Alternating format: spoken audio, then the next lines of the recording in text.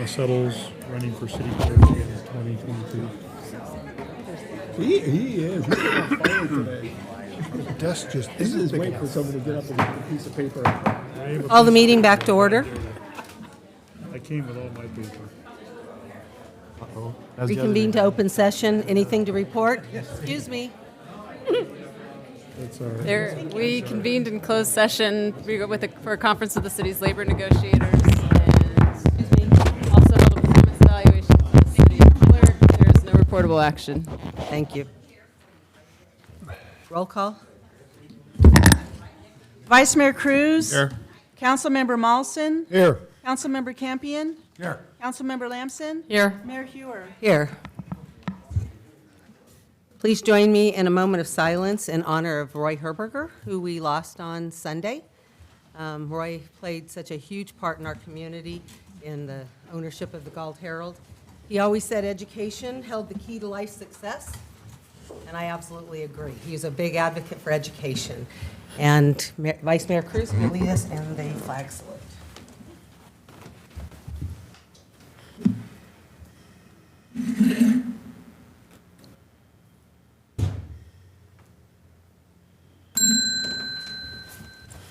I pledge allegiance to the flag of the United States of America and to the republic for which it stands, one nation, under God, indivisible, with liberty and justice for all.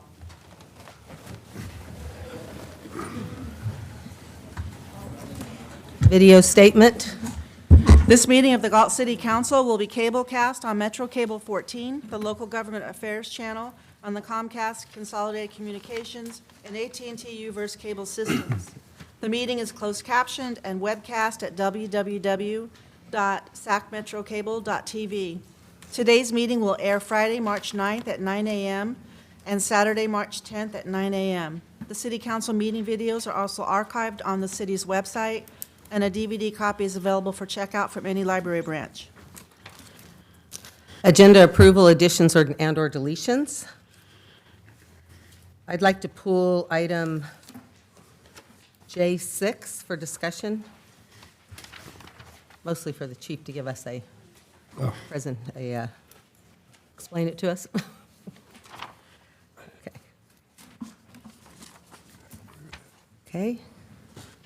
So we have our employee. We will move that item to next meeting. She could not join us tonight.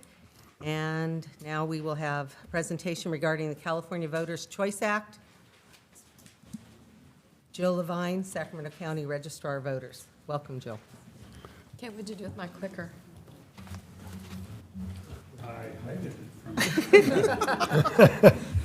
Job for him. Yeah, I was going to say, you got to watch him.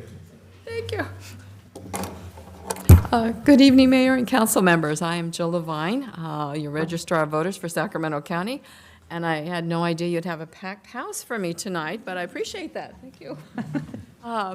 As your Registrar of Voters for the county, I've got some good news for you, and that's the Voters' Choice Act. A lot of different and new changes are coming your way. And first of all, I want to compliment Galt, because Galt has about a 75% turnout when it comes to vote by mail. So you're one of the highest cities in our county, so I thank you very much for that. So, okay, where do I point this, Donna? At the wall? Mm-hmm.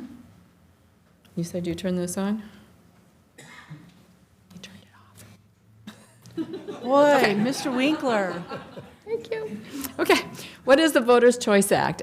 This is a bill, Senate Bill 450. It was signed by the governor and then anyway, put into law, and it allows certain counties to conduct all mail ballot elections and use full-service vote centers. And so in June of 2017, the Sacramento County Board of Supervisors did say, okay, they approved this method of voting for the county.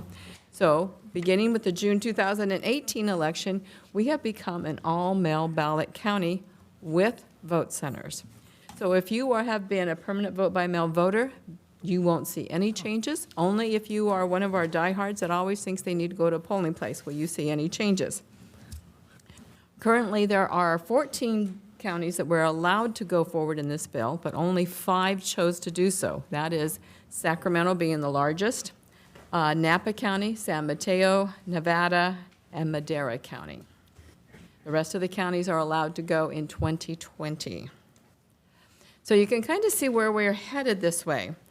In about 2000, we were about 25% vote by mail, and by right around 2008, everything kind of got mushy, and now we have popped out, and we're at 64% of our county votes permanently by mail.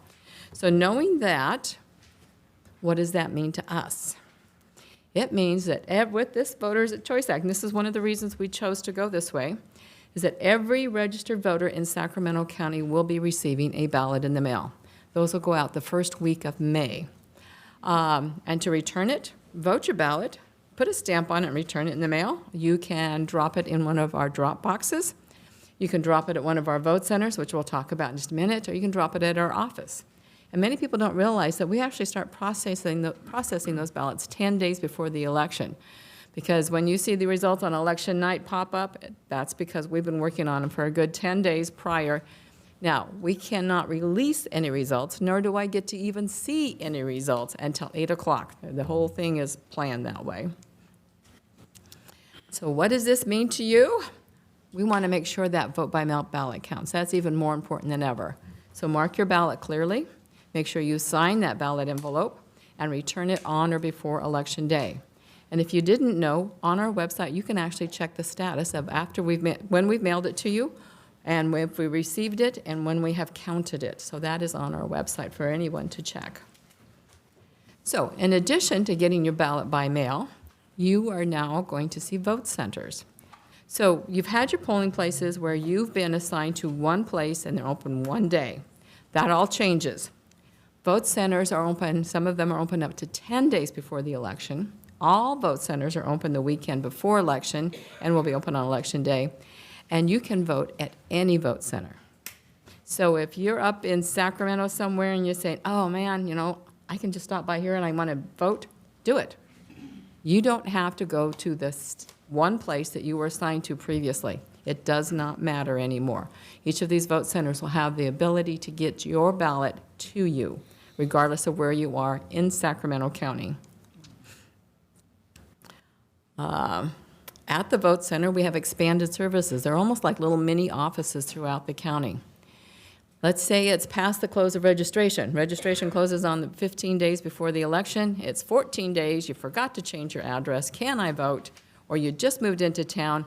You can go to a vote center, register, and vote the same day, even Election Day now. You can update your address. You can change your party. You can go to a vote center and actually drop off your ballot. Let's say the dog ate your ballot. We've heard that story many times. Most of the time it's the jelly on the ballot that we get the story about. You must be voting with coffee in one hand and a donut in the other. That's okay. Get a replacement ballot. You need some language assistance? Go to a vote center. You want to use the accessible ballot marking device? Go to a vote center. All of that will be available at a vote center. Now, drop boxes. Since everybody's getting a ballot in the mail, and you can mail them back, we're going to have additional drop boxes. In the November 2016 election, we had 16 drop boxes. We had 73,000 ballots returned in those 16 boxes. We now have 52 drop boxes, according to this law, and they're going to be throughout the county. They're going to open for 28 days, a whole month before the election, and you can drop your ballot at any of those. In fact, the new law says that if somebody from San Joaquin County happens to be kind of wandering into our county and they drop it into one of our drop boxes, their ballot will still count. That's a new law also. We do have one box at our office that is a convenient drive-through box. It is open 24 hours a day. You just drive into the parking lot, drop it off, and away you go. So why did we choose this? Because we find that the voters are not voting on Election Day, per se. They're not going to a polling place anymore. They're mailing their ballots. They want to vote for on the weekends. This is the request we always get. So this opens it up to more people, more opportunities that fit our current lifestyle. It's also cost-saving, because if 64% of our voters are already voting by mail, we're only having 34% go to a polling place. And setting up, we had 548 polling places in November of 2016. Setting up that many polling places, finding close to 3,000 people to work is always a problem. And each one of those polling places has to be accessible too, and willing to be open for those hours. So we said, why? Let's move this. What we also found was that our current system, voting system that we used in 2016, was at its end of its life cycle. So it was time to buy a new system. So do we move forward with a system for 500 to 600 polling places, or do we move forward with a system for approximately 80 vote centers? The difference in that cost was over $4 million. The board chose to go to the vote centers, which is lower cost. So kind of looking at some of these, the differences. Before a polling place, you had one location. You had to vote there if you're going to want to vote in person. Now we have 78 locations, and you can choose any one you want. We had one accessible voting machine at each one of our polling places. We will now have 3 at each one of our vote centers. You had 13 hours to return for voting in person at that one location. You have up to 93 hours at some of these locations if they're open up for 10 days. We needed 5 poll workers. We will need more poll workers, but the training is going to be much more extensive. And a poll worker, after we train them once, they can work all 11 days. They can work only mornings. They can work only afternoons, depending on their schedule. And we go from 16 ballot drop-off boxes to 52. More opportunities. Your requirements, it's all based on our registration, but vote centers will be open for 11 days. There'll be I know there's 18 of those now because we've looked at the areas of the county. There'll be an additional 78 approximately that are going to be open for all the days. So at the last 4 days, more will open, and those 52 drop-off boxes are going to be open the entire month. Now, we didn't just say, oh, this looks good, let's choose one here. We actually had a whole list of criteria that we had to use in order to find this vote center, such as public transportation, language minority, voters with disability, isolated communities. I mean, it was a list. We put all those together, and the pinkish purple area, that's where most of those criteria met. So that's where we put our focus and then moved out. But of course, don't forget we tried to put a vote center where we've already had a polling place, so it's familiar to our voters. So, knowing that, you're going to get a ballot the first week of May, and you can vote how you want, when you want, and where you want. Your choice. Any questions I can answer tonight? Do you know where the vote center is going to be located in our area? I don't. I didn't bring that information, and I should have. It is on our website. So when you get your ballot packet, you will get a list of all the vote centers, all the drop-off boxes. It'll be in your ballot packet. It will be in your sample ballot booklet information guide, and it is on our website. And we're updating those on our website every Friday as we locate them and get them locked down. Okay, thank you. Questions?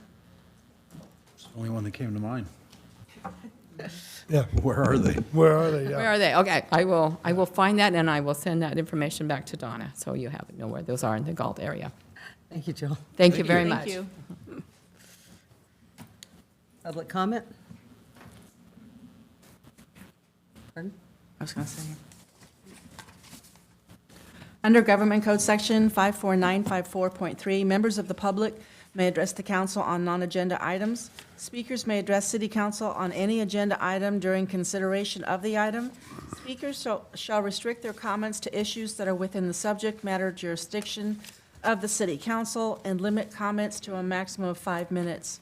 Please fill out a speaker sheet located on the table inside the entrances to the council chambers and forward the completed speaker sheet to the clerk. Okay. I think, looking at these, unless somebody tells me differently, looks like I only have one that's under general discussion. Everything, all the rest, I'll hold till that item's on the agenda. So, Sean Farmer?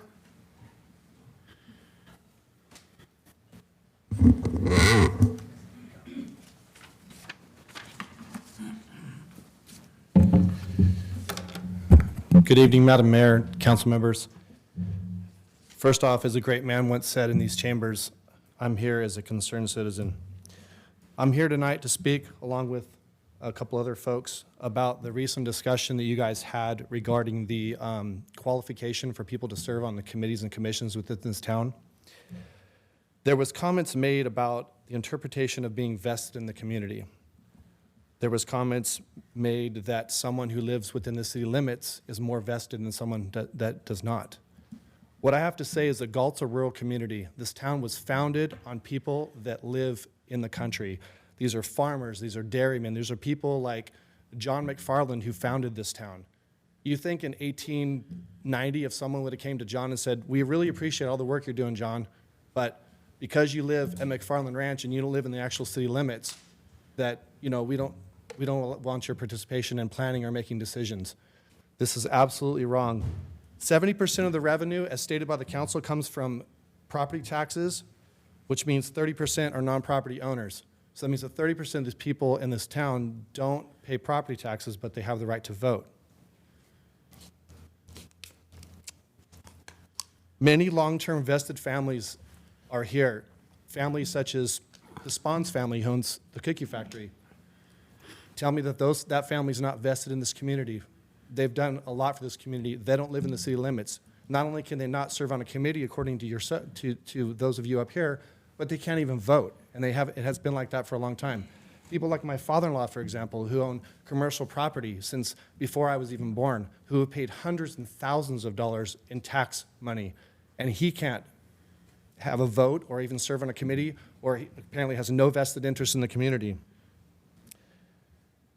Many of the hardest working folks in this community, such as some of the volunteers of the year, for example, Miss Weber, for example, Mr. Duell, Miss Ann Ulrich, all people that have been nominated and awarded as volunteers of the year, people that work hard for this community, that do lots of things. None of these people live within the city limits.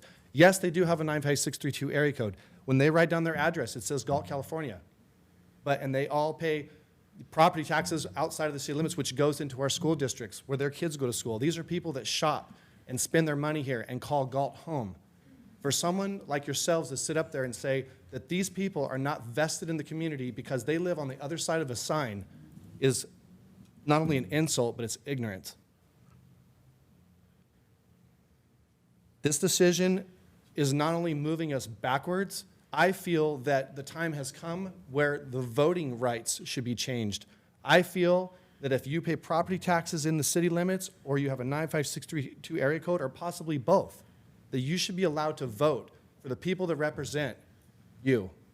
To tell me that someone lives on Oak Avenue has more vested interest and has a bigger say in the planning of our community than someone like Shirley Roberts, who owns many properties in the town, who has put a lot of money of her money in this community to make it better, but she doesn't live in the city because she chose to make her lifestyle outside of the city limits. To live in the country sometimes is something that people choose to do, but to do that should not make them forfeit their right to have a voice in this community. Things that affect this community, like building a $3,000 project in Old Town on the promenade sidewalks, to say that that doesn't affect somebody like my father-in-law who's owned property down there since 1974, those decisions and those things, whether they affect him good or bad, still affect him, and he has a vested interest. These people deserve a voice, and I ask you, please do not go down this path, because we need to progress the mindset of our rural community and allow these people not to be alienated and bring them in and make them feel that they are a part of the community, which they are, not moving backwards and going back to the Stone Ages on this. Thank you for your time. Well, excuse me, Sean, a couple of things. You are incorrect. I mean, it is not the city of Galt that prohibits someone living in the county from sitting on the city council. That's state law. You have to live within the jurisdiction in order to run for city council. And in most cities, that is just standard. I'm not referring to running for city council. Well, I'm referring to voting for voting rights, not running rights. You can't vote for a city council member when you live in the county when you would vote for the board of supervisors. You can't, state law doesn't allow that. I've actually done research on this, and I found that there's communities that have changed their voting, allowing certain rural communities have changed within their own the city councils in these cities have overturned and decided that they allow people either within the school district or within the zip code or within within property tax, if they pay property taxes, to allow them to vote on issues. We haven't had that forever. I mean, these people can't vote. Well, we Excuse we me. can't Excuse me. engage in a If debate. you'd like to make public comment, please fill out a speaker sheet or come to the podium. It's also not, if there's interest in agendizing this for a future discussion, we're only allowed to have a brief response to comments during general public comments, so this would have to be something that would have to come back for further discussion. Thank you. All I'm saying is Okay. that I think we should, Speaker? we Thank should, you, Mr. Farmer. I got 40 seconds left. I mean, he asked me a question Actually, you before had completed your comments. Okay, well, I said what I had to say, thank you. I think point was made. Mr. Hinkie? John Hinkie?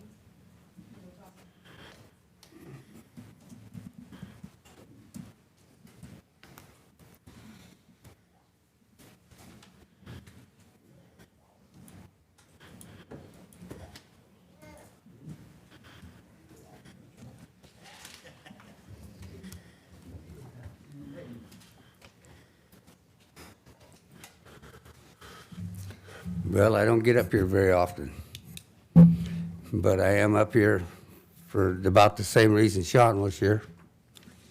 And I think that you guys have run us down.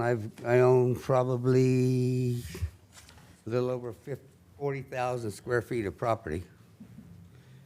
It's all paid for. I've worked hard, and I didn't have much help out of you guys.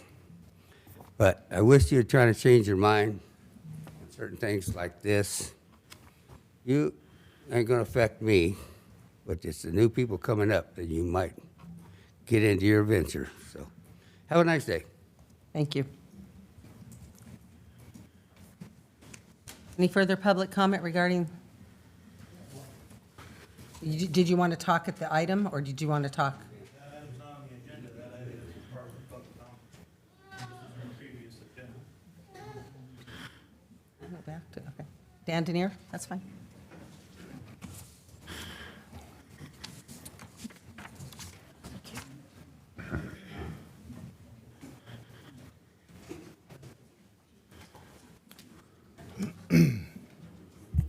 Madam Mayor, members of the council. My name is Dan Denier. I believe most of you know me, some of you may not. I was born and raised in Galt, and am proud to call Galt my hometown. I'm addressing you this evening to express my concern and disappointment in your recent decision to make changes to the qualifications of citizens who serve on the commissions and committees. Unfortunately, I was unable to attend the meeting on February 20th when this item was discussed. However, I have watched the video, and I listened to the discussion that was held. There were a couple of comments that stood out to me, particularly the ones by Councilmember Campion. He mentioned that if you're a resident of the city, you have a more vested interest, especially on the Planning Commission. I completely disagree with this statement and this way of thinking. My family have been proud to call Galt home for 98 years now. Many of my family members, including myself, have dedicated ourselves to several boards, commissions, and committees in order to help make Galt the great American little town that we all love. However, most of these family members, including myself, do not live within the city limits. We have worked in the city, we have volunteered in the city, we have owned businesses in the city. We have even worked as public servants for this city. To say that anyone who does not live within this city is not as vested in this city is a gross inaccuracy. My zip code is the same as yours. My address is Galt, California, same as yours. Just because I do not live within the city limits does not mean that I am not from Galt. It does not mean that I am not a citizen of Galt. It does not mean that I am not vested in Galt. It does not mean that I shouldn't have a say in the future of Galt, my hometown. Galt's history shows that many of our more well-known and prominent citizens did not live within the city limits. These same citizens were the ones who helped direct, guide, and build our city. These same citizens were vested in Galt. By implementing this change, you are removing the potential for people who love our community and are proud to call it home from having any type of say in its direction or future. I believe that this is the wrong move on your part. I also believe that this is the type of decision that will create more of a division amongst our citizens, not unity, and that is never good for our city. I can understand your concerns with using the high school district boundaries, but there are other possibilities. I would recommend that in order to serve on a commissioner committee in the city, the interested party would need to have a physical address that uses the 95632 zip code. That way they are from Galt. They are a part of Galt. They should have a say in the direction of Galt. I assure you there are many citizens who do not live within the city limits who are very much so vested in Galt's past, present, and future. I thank you for hearing me today. I have a copy that I'm providing each of you of my statement. My contact information is on the bottom of it. Feel free to contact me anytime if you'd like to discuss this further. Thank you. Any further public comments? Let's move on. Reports by city council members on regional boards, commissions, and committees. Kurt? I don't have anything tonight. Paige? Tom? Yeah, unless you're going to mention the tour that we were on. Can. It was publicly noticed. I'll let you. I'll just mention the auditing committee that we're on. I really would like to thank the committee members. Vern, Emily, Sean. It went real smooth. I think we're on the tail end of it now, and it should be coming up on the council agenda March 20th. So thank you again. And I did have every intention of attending the Sacramento Valley Division membership meeting last Friday, but it was in Placerville, and I think at the time the meeting was, Highway 50 was kind of closed. The weather was awful, so I didn't make it. That's all I've got. Mark? I have nothing. Okay, so I did want to comment that we had a CAST meeting, Cities and Schools Together. Councilmember Campion and I attended. We talked about a couple of issues that are regarding the schools and the cities working together on, and are having another meeting in a few weeks. Yeah, okay. I attended Library Authority, and I just wanted to, I kind of found something out, so I thought I would share that because I think it's a great thing for the community to know that you can actually just go online to Sacramento Public Libraries and get a library card online. You don't even have to physically go into the library. You can get it online, and then you can immediately download books, audio and reading books, or print books. So I thought that was a great resource. So for people who are busy and can't get into the library, the fact that you can just go online and get your card and download the book immediately, I thought was a great, they gave us a presentation on it. I thought it was a wonderful resource. The city council as a whole did make a trip with the planning commission to see some housing developments in Folsom and Rancho Cordova. We also, I met with Angela DePrado, president of the high school board, and I passed out to each one of the council members a flyer that's an update on, a flyer that's an update on the bond measure, on what they're doing with it. So she wanted me to share that. I left some back by the door also. And I did attend today for the presentation to our Citizens Assisting Police Services, our CAPS volunteers, for the Chamber Business was named Chamber Business of the Month for for March. So congratulations to them. Okay. So information consent calendar, I pulled item 6, support of the Reducing Crime and Keeping California Safe Act of 2018. Chief, if you give us a.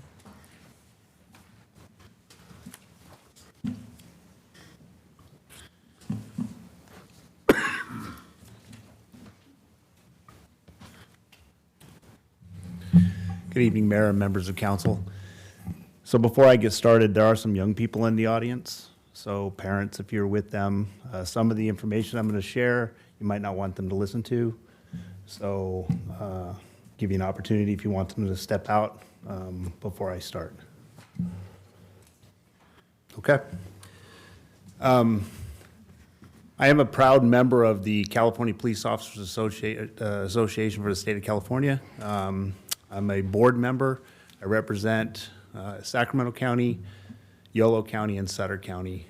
There's only 25 board members in the state of California that are selected to be on this board, and I'm proud to serve. So, as a member of the California Police Officers Association, representing more than 300 active police chiefs, we are directly responsible for the safety of roughly about 26 million Californians. Over the last several legislative sessions and election cycles, our association and law enforcement partners have tried our best to integrate a series of major reforms into our criminal justice system. However, the cumulative efforts has created impacts to our community that we cannot ignore. But it's important to note that in addressing these consequences, we are not proposing to do away with all of the recent changes, and in no way are we advocating for a system of mass incarceration. In general, the overall intent of the prior measures has been to increase opportunities for rehabilitation while lowering recidivism and incarceration rates, and we agree with both of those goals.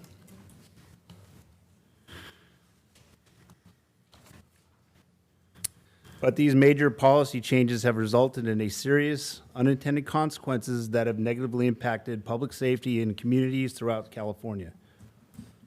Changes meant to help keep someone safe, or someone who steals a magazine out of jail, are now allowing individuals to steal up to $950 repeatedly from stores and businesses.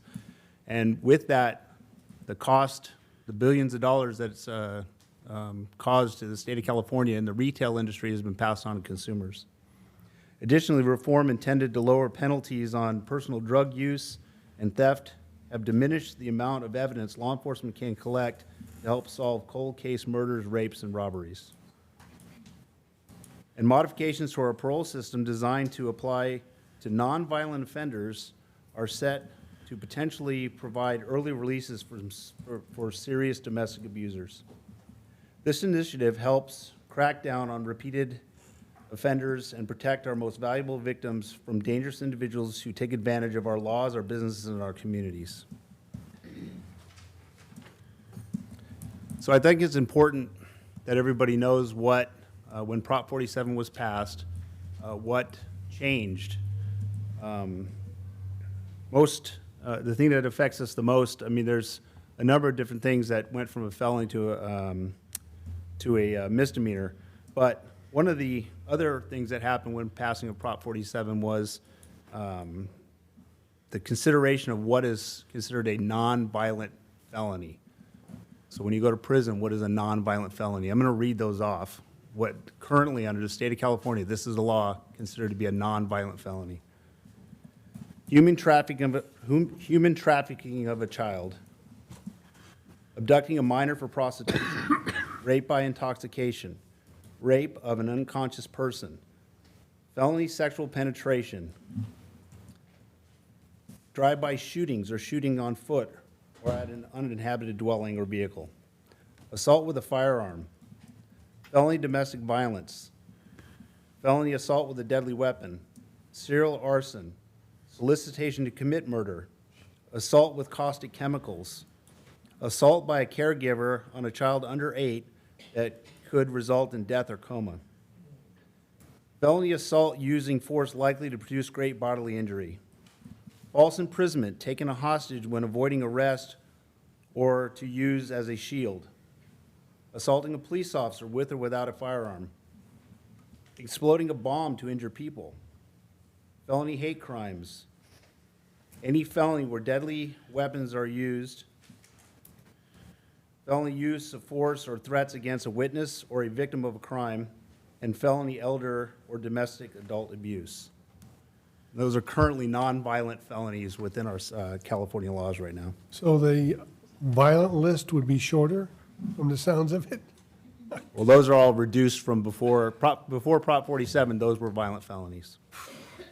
What's the difference between a nonviolent felony then and a felony? Time.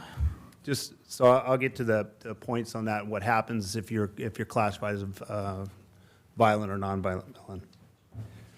So this initiative, under violent crimes, this initiative expands the list of violent crimes for which early release is not an option, and classifies as as violent felonies, making these criminal convictions these eligible for early release. So what happens is that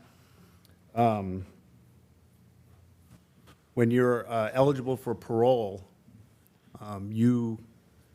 they look at your most recent incarceration, the primary thing you were incarcerated for. And if it's listed as a nonviolent felon, you're eligible for parole at an earlier date than what the judge gave you. So that's why these classifications are so important to change. The other thing that's happened with our recent Prop 47, what we're asking for with this initiative is to reinstate DNA collection for certain crimes that were reduced to misdemeanors under Prop 47. Multiple studies have shown that DNA collection from thefts and drug crimes have helped solve other violent crimes, including robbery, rape, and murder. Since the passage of Prop 47, cold cases have dropped over 2,000 since the passage of Prop 47, with more than 450 of these hits connected to violent crimes. Let's talk about the serial thefts. So as it is right now, if you steal under $950 under Prop 47, you can keep stealing $950 or $949 over and over and over again. And all these major retailers within the state of California are feeling the effects. Small businesses are feeling the effects. So when we go and we are called and they are actually caught, it's a ticket. It's a non-bookable offense, and we give them a ticket and send them on their way. And then that gives them the opportunity to turn right back in, go to another store, and steal $950 worth of stuff, or under $950, and it's a ticket, and when they send them on their way, because it's a non-bookable offense. And that is passed on to the consumers. So what we're proposing is that if you're caught 3 times stealing more than $250, it changes into a felony. Proposition 47 changed the dollar. We want to change the dollar threshold. But when Prop 47 came along, it used to be $450 and now it's $950. As a result, there has been an explosion of serial thefts and the inability for law enforcement to prosecute these crimes effectively. Thefts have increased by 12 to 25% with losses in the billions of dollars since this has been passed, since 2014. That's just in the state of California. And under the parole violations, the other thing that this initiative would do is it would require the parole board hearings to consider an inmate's entire criminal history when deciding parole, not just the most recent commitment. And requires a mandatory hearing to determine whether parole should be revoked for a parolee who violates the terms of his parole for the 3rd time. Since AB 109, what happens now is that if there's a parole violation, they get what's called a flash incarceration. Flash incarceration doesn't send them back to prison, it sends them to the county jails for a maximum of 10 days. So the parolees know that. They know that they can violate their parole as many times as they wish, and the max they're going to get is about 10 days in county jail. So, and the other thing is that under AB 109, when that was passed, you're only paroled based on your most recent offense. And the description I would give is that if I committed a violent felony and I was released and I spent my 8 years in prison and I'm being paroled for 4 years, I go out and I go commit a burglary and I get caught, I go back for my new sentencing, I'm going to spend my time in county jail, and when I'm released, I'm going to get a shorter parole sentence. And that's been going on since 2011. So this would change all that. So what we're recommending is the council adopt a resolution supporting the initiative Reducing Crime and Keeping California Safe Act of 2008. What's going on right now, the last thing that is needed is about 100 more, or 100,000 more signatures in the state of California. There's over 200,000 signatures already, people have already signed. And then once the rest of them are signed, it'll be put on the November ballot. So. Did you that bring a concludes form? My presentation. What's that? Did you bring a form? Well, if anybody wants to sign that initiative, they can go on Keep Cal Safe, so that's KeepCalsafe.org, and you can sign the petition there. A lot of cities and a lot of organizations are starting their own petition drive, downloading those forms and getting other people to sign, to get that petition signed. The last thing I want to say is that every single day, not every single day, but most weeks, I get somebody approach me and saying, what are you going to do about fill in the blank? And it's the people that are stealing from them, the people that they see stealing from Walmart. This is an opportunity to help that cause, even at the smallest level. That piece about, I'm speaking to the audience now, that piece about what is now constituted as a non-violent felony, it's appalling. And the voters, when they voted for it, it was dubbed as the Safe Neighborhoods and Safe School Act. Wow. That was Prop 47. Because the money that was supposed to be saved in incarcerating these folks was supposed to go to the schools. I don't know if that money's ever made it there. I'm not going to say whether it has or not, but that's why it was dubbed that. But I would say that there are more people on our streets now than ever before since 2014. So that concludes my presentation. Thank you very much. Any questions from the council? Yeah, it needs to be clean, it's a cleanup, is what, It definitely is a cleanup. definitely.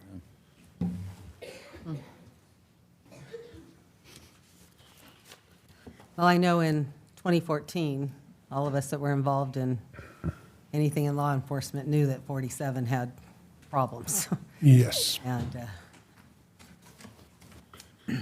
so I'm glad to see that they're moving forward on, that the California Police Chiefs Association's trying to help us out and get it fixed.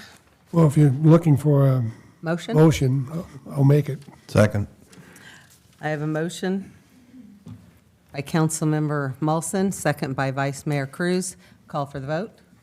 I'm sorry, motion to approve the consent calendar? No, motion. No. Item 6. Item 6, support of the Reducing Crime and Keeping California Safe Act of 2018. Okay. Call for the vote? Vice Mayor Cruz? Aye. Councilmember Mawson? Aye. Councilmember Campion? Aye. Councilmember Lamson? Aye. Mayor Hewer? Aye. Information consent calendar. Donna, will you read the items? Minutes of the regular meeting of February 20th, 2018. Warrants for period ending February 27th, 2018. Approval of a multi-year lease agreement for the parcels comprising the former Huseman Auction Yard property. Authorize the city manager to execute a multi-year contract for on-call financial consulting services. And finally, zoning ordinance amendment to reduce the street side yard fence setback and residential zoning districts to 5 feet. Do I have a motion? So moved. I'll second. Moved by Vice Mayor Cruz, second by Councilmember Molson. Call for the vote? Vice Mayor Cruz? Aye. Councilmember Molson? Aye. Councilmember Campion? Aye. Councilmember Lamson? Aye. Mayor Hewer? Aye. Passes 5-0 vote. Okay, down to the city manager's office. Subject, establish the strategic plan goals, objectives, and priorities as a vital tool to implement a plan of action to achieve results for fiscal year 2018, 2019, and 2019, 2020. Thank you, Mayor, members of the council. The item before you is to adopt a resolution for our strategic plan, goals, objectives, and priorities for the next 2 fiscal years. And as you know, this is one of the exciting parts of my job is getting into the strategic planning, working with the council, working with staff, and taking a look at that future on what we want to achieve and prioritize for the next 2 years. It's also really our first step in establishing our budget process for this next year, because once we adopt a strategic plan, I line that strategic plan up with the budget, and I know, where to focus our priorities. We went through the last couple months of process with the city council and the department directors. I had a consultant come in or a facilitator come in and work with us, sit down with the council, ask numerous questions on your priorities. That assisted us in a one-day or half-day strategic plan session that we had in late January. A couple weeks after that, I sat down with our directors. We had a kind of a retreat, and we kind of rolled up our sleeves and took the input that the council gave us, and we put those goals under or priorities under each of the goals. And what you have before you today is a strategic plan. We did not change our mission, vision, organizational values, or our 5 goals that we've established in the past. What we did is we put objectives to those goals. So in the packet before you is those 5 goals with several objectives under each of those goals and how we are going to accomplish those objectives. Once adopted and approved, we'll take this information, kind of line that up with the budget. We'll also report back to the council on a quarterly basis, similar to how we report back on the capital improvement program, and just update the council on our progress and that we're making with these objectives. So open to questions. Questions? No, we went over it all. We lived it. I think we were all at the process, weren't we? Yeah, we lived it. Yeah, we lived it. Thank you, Jane. Do we have any public comment? No public comment. Do I have a motion? So moved. I have a motion by Councilmember Campion, second by Councilmember why am I- Lamson. Call for the vote. Vice Mayor Cruz? Aye. Councilmember Mawson? Aye. Councilmember Campion? Aye. Councilmember Lamson? Aye. Mayor Hewer? Aye. Passes on a 5-0 vote. Community Development Department, Annual 2030 Galt General Plan and Housing Element Progress Report for 2017. Mr. Arias? Good evening, Mayor and council members. Chris Arias, Community Development Director. The item we have before you, as stated, is the Annual General Plan Progress Report. And I'm happy to see so many people here for this exciting item. The state requires the filing of this Annual General Plan Progress Report. The report contains each of the general plan elements and progress in implementing these policies and progress in meeting the fair share of the city's regional housing requirements. The Galt General Plan includes 10 chapters or elements. Each of these will list a set of goals with set policies to help achieve each goal. The state mandates 7 elements. Those are land use, circulation, housing, conservation, open space, noise, and safety. The city condenses conservation and open space, and then we add a few more elements for a total of 10. The added city elements are public facilities and services, community character, economic development, and historic uses. And for the reporting year, there were no general plan amendments, so that was 2017. The report is basically formatted as you see on the screen.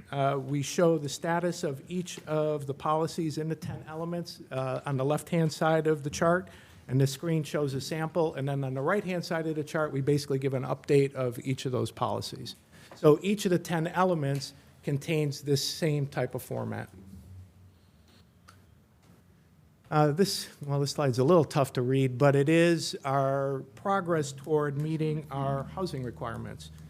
For this housing cycle, which is 2014 through 2021, we were allocated a total of 679 units. And you can see that total in the left-hand corner of the screen. And since the start of this cycle of 2014, most of our production has all been in the above moderate category, which is the standard single-family home. I should note that the city is not required to build the sites. We're just merely required to provide for the sites. So you see our production on the screen. In 2014, we had 29 single-family homes. In 2015, 45. Our big year was 2016, where we had 134 single-family homes built, and then last year, 71. But you can see we really haven't had much production in the lower income groups. I think the last production we had there was Galt Place. The report also contains planning commission activity for the reporting year. And it wasn't a particular busy year for the Planning Commission, but they did work on some significant projects. And two that come to note are the Trail Ridge Apartments. They were approved by Planning Commission this past year, as well as the apartments above the building at 4th and C. And both of those projects, when they come online, which would be next year, they will be in the 2018 reporting year and will help in those other income categories as we move forward. So they were an important part of helping meet our housing requirements. The report will also list city accomplishments for the year, and I just put a few on the screen.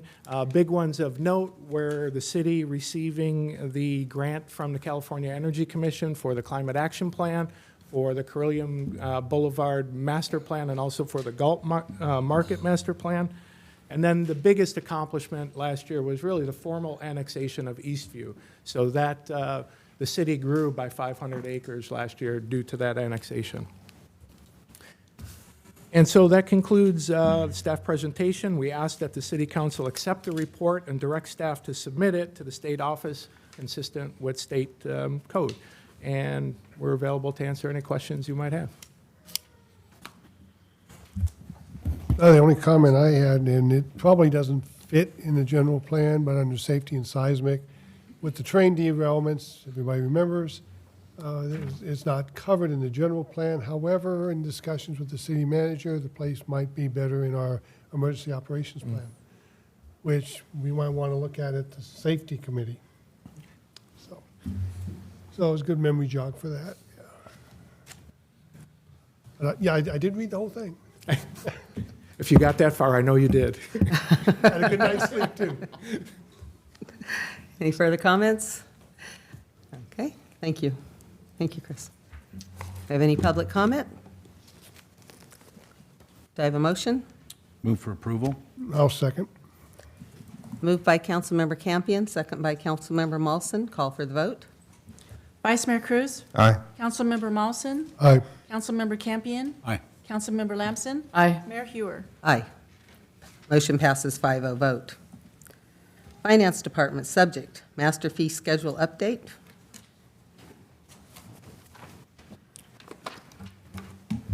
Good evening, Mayor Hewer and members of the council. Before Vera Wittenberg comes up to provide the presentation, I'd like to advise you of a few language changes that we had. I believe you have in front of you the resolution and track changes that will show you what we've had, but I would like to read the changes into the record so that the public is aware of them. The next to the last whereas has been changed, and I will read what the new language is. It says, whereas the City Council desires to delegate the authority and responsibility to the city manager based upon recommendation of the Parks and Recreation Director to establish temporary and/or promotional fees for the Parks and Recreation facilities, including Galt Market grounds, in an effort to attract sports tournaments and special events which are in line with the City of Galt's mission statement, vision statement, and strategic plan. This authority may, This authority may not be used to circumvent any other City of Galt policy adopted by the City Council, including but not limited to the special event policy and its procedures. Adjustments to the fees will be reported to the City Council within 30 days. So that's that whereas is being changed. Section 1, under the now therefores, we have an insertion of a phrase, and it's on the second and third line where it says, the fees shall be imposed, charged, and collected by the various city departments on the effective date set forth below. That phrase, on the effective date set forth below, is one of the changes. And then the last item on the resolution is Section 5, and the language on that has been changed as well, and I will read that for the record. Section 5, City Manager Authority. The city manager is hereby granted the authority to establish temporary and/or promotional fees for parks and recreation facilities, including the Galt Market grounds. This authority may not be used to circumvent any other City of Galt policy adopted by the City Council. Any such adjustment will be reported to the City Council within 30 days. So I'd like to ask you, should you want to adopt this resolution, that your motion to adopt would include those changes? Of course, you can make any other changes that you wish during your discussion. I also have two changes on the fees portion. Under Parks and Recreation, these pages aren't numbered in the agenda packet, but I'm looking at page 19 in the Adobe file. I'm not sure if you have just one file, if that's going to be page 19 for you or not. It's the Parks and Recreation, the beginning of that department, and it's the Littleton Chabola Community Center rental fees. I'll give you a moment to. You should also have in front of you a couple of pages that showed you where the adjustments were being made. So under the line following rental cancellations deposit, we've inserted a line that says security cleaning deposit for nonprofits, and the proposed fee is $150. A couple pages further on, under SOAR, Social Overall Economic and Recreation Program, the first line there, the after-school program per month fee, the recommended fee is being adjusted to $135. Following that is the SOAR summer program, Monday through Friday, full days. The recommended fee is being adjusted to $120.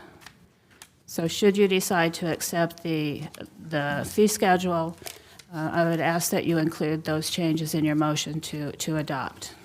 Do you have any questions on that before I turn it over to Vera? Okay. Section 5, what's the reasoning behind giving the city manager the authority to establish fees instead of the Parks and Rec? I believe we wanted some flexibility to try and attract sporting tournaments and other events. I'd ask Armando if he would comment on that, or the city manager to comment on that. It gives us a little flexibility instead of having to agendize it to get permission to change any fees. Obviously, we would be, the canine trials that are coming up, it would be able to attract those type of events where we can meet with the directors and, strike a deal to come to this town and have their events versus coming back to council, asking permission to change the fees for that one event. We do something similar at the Galt Market where we do our winter rates or our specials, and then we come back and report it to city council. We don't make permanent changes. It's just to those special events. Particularly when there was a short time frame. I remember that was an issue in the past where you couldn't get on an agenda. Right. For various reasons. Yeah. So you don't have the authority to do that? I thought. No, we do not. Thank you. Any other questions? If not, I'll turn it over to Vera Wittenberg. She's our accounting manager who's done a lot of work on this, and she will present that.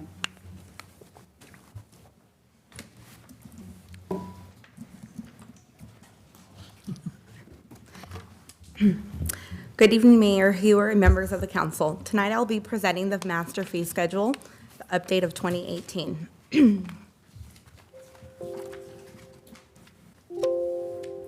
Right there, sorry. All right, so a little history. Back in August of 2018, we had a comprehensive fee study done. At that time, fees were adjusted. We were at a recovery rate of 45%, and that was increased to 54%. After that fee study, we had Resolution 2015-72. That further increased the fees by 2.436 CPI. Last year, we came and we increased the fees by 3.437%. And these fees are usually updated every year. We had a little bit of a gap there. So what we're trying to do is be a little bit more on standard and do every year. This year's CPI is 2.687%. So on the fee schedule, there are two different types of fees. One, there's a regulatory fee, and two, a user fee. The regulatory fee are fees we can avoid, such as sales tax. They are necessary to regulate businesses and to have any other activities that we need to go on. With the second fee, user fees, those are fees that you are paying if you're using something. For example, if you are renting the Littleton Center, you're using an item or a function of the city, and therefore you're going to pay a user fee. Another example of that would be paying to use the pool. You're swimming, therefore you're paying that fee. Fees that are established by legislative action, either the city or the state, they are not subject to CIP. They have to go through another measure. The fees that are able to be increased by CPI, they have Proposition 26. Proposition 26 states that we cannot charge more than what it costs to provide these services. So, what's changing? There are some significant changes in the schedule. Community Development Department, also known as CDD, most of those fees are going to receive a pass this year. That is because we're trying to promote and attract more developers to come to the city, so we are not increasing their fees. There is also a reduction to the plan review, it's about 20% of the fee.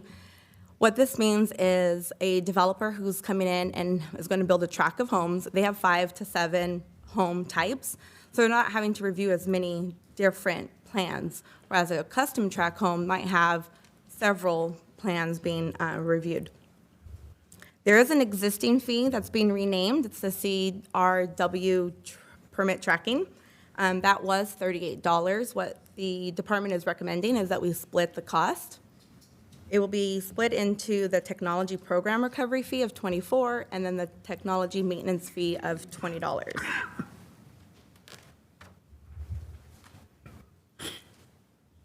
Finance department. There's a difference between a municipal code and a resolution, and the municipal code supersedes the resolution. So we have 2 fees that we're trying to change back to the municipal code. That would be the dishonor checks and the delinquent business license tax. Parks and Rec. The rental fees are high. Some of the rental fees are having a pass. They're set at the market rate. We can't really increase them anymore, or it would start to discourage people from using those rentals. Some of the programs are increasing, and that is due to the fact that minimum wage has increased and will be increasing over the past few years and the upcoming years. There have been some name changes kind of to fit the categories into a better description of what that program is actually doing. There is also 2 removal of fees. The first one based on the staff's presentation on February 6th. They're recommending that the rental fee waiver for nonprofit organizations be removed. Currently, there is a nonprofit rate that is 50% of the regular private rental. And then the adult basketball fee is being removed as the program has closed up. They are no longer running a adult basketball. Now, with the aquatic center, there is delayed implementation. The last resolution increased their fees, and they haven't gone in. They only went into effect in January. So rather than increase it again, we are waiting the full 12 months. So they will not go up until January of 2019. Public Works. Public Works is increasing their check-in inspections for anything over 351 cubic yards. That's basically just to keep in line with all of the other rates that they have.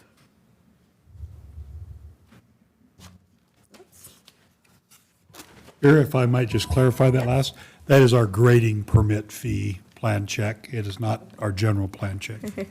Thank you, Stephen. Okay, so what we were asking is for the council to adopt the resolution with the changes that Emily mentioned earlier. Are there any questions? Questions? Thank you. Thank you.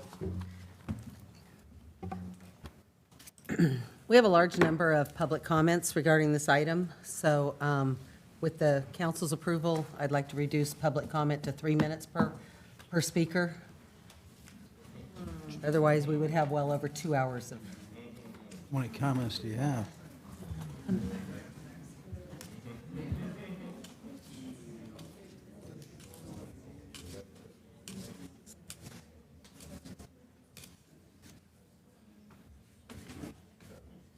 Thought I counted 12, but maybe that was the initial. 9. I don't care. I don't have 5 minutes. Want 5 minutes? If it gets repetitive, we can always, you know, it Okay. doesn't have to be So repetitive. if members would like to keep their comments to be, not be real repetitive, but we will go ahead and stick with 5 minutes. Carly Richmond. Oh, I need to open public hearing. Thank you. Carly Richmond.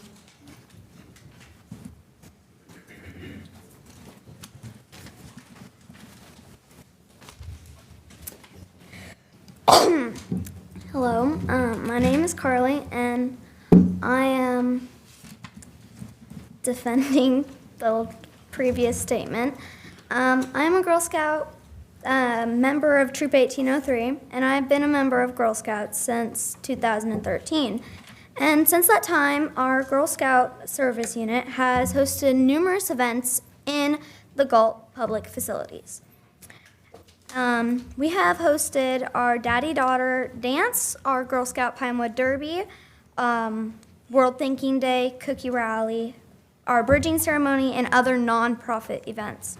During the same time period, us Girl Scouts in a service unit, we have collected food for the needy, done free little libraries, then did community gardens, help pack the Thanksgiving dinners, and we participate in the holiday parades representing Galt as Girl Scouts.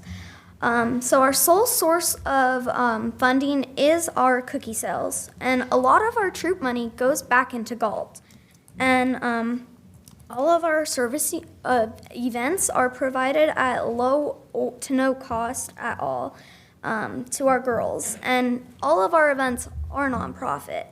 And increasing the cost for us to use the public facilities will negatively impact the nonprofit organizations, and it will cause us Girl Scouts to not do any more events in there.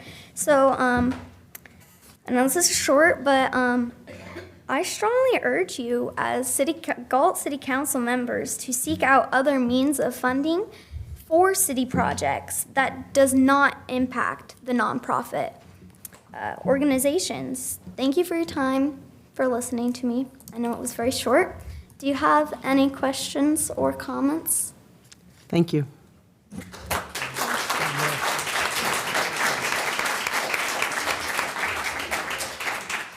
Adam Gallaty.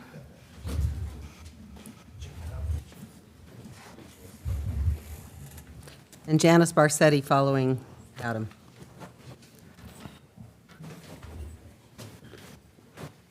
How you doing, City Council?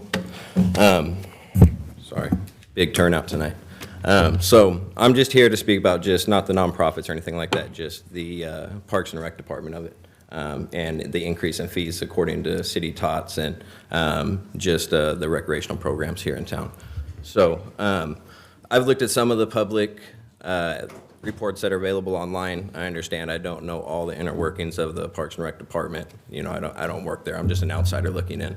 But someone that has 10 years of business management experience, managing large budgets such as this, you can't help but look at it and think, what's going on when you look at the Parks and Rec budget and you see that it's $1 million in the hole, and they're at almost an all-time high in spending and an all-time low in earnings. So it makes me wonder, are we utilizing all of our stuff that we have in town, such as the flea market? Can we open that up additional day? What can we do there? Are we utilizing Walker Park to its full extent? Everything in town. I just see that there's a deficit in the first place that we turn, you guys as a city council, is to tax us more. Whether it's a few dollars on this, a few dollars on that, whatever it may be. We just started paying $40 more every 2 months in our sewage. Now we got this coming. It's frustrating, very frustrating, to say the least. So from someone who has business management experience, when do we start holding people accountable for their budgets to stay within their allotted budget? When does that start? Never. We kick the can down the road, let someone else deal with it.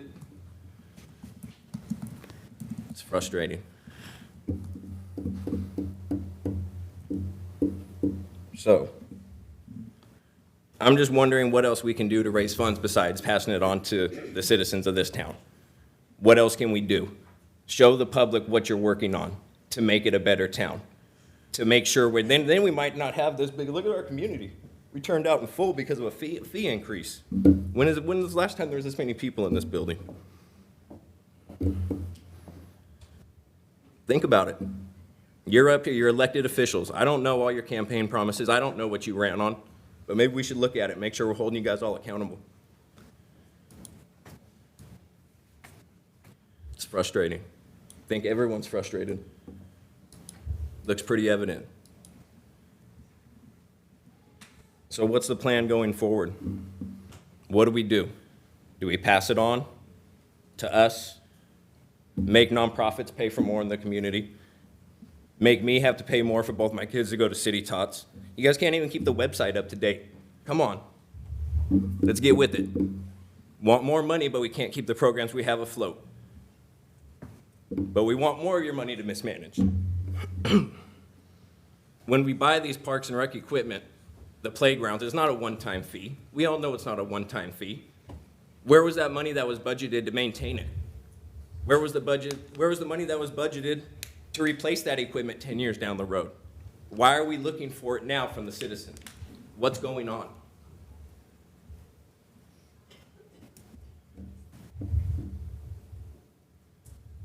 So I think that's about all I have to say. I'm just frustrated. I could speak for the next 30 minutes if you let me, but I'll cut it short. So thank you very much. Thank you, Adam.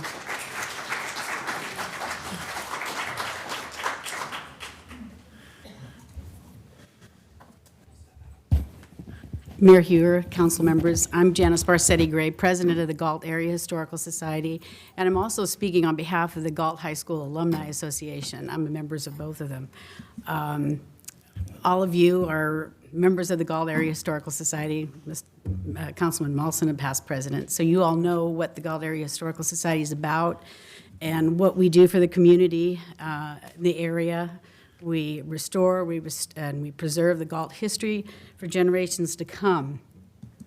We use the Littleton Center once a year for our annual An Evening in Italy dinner.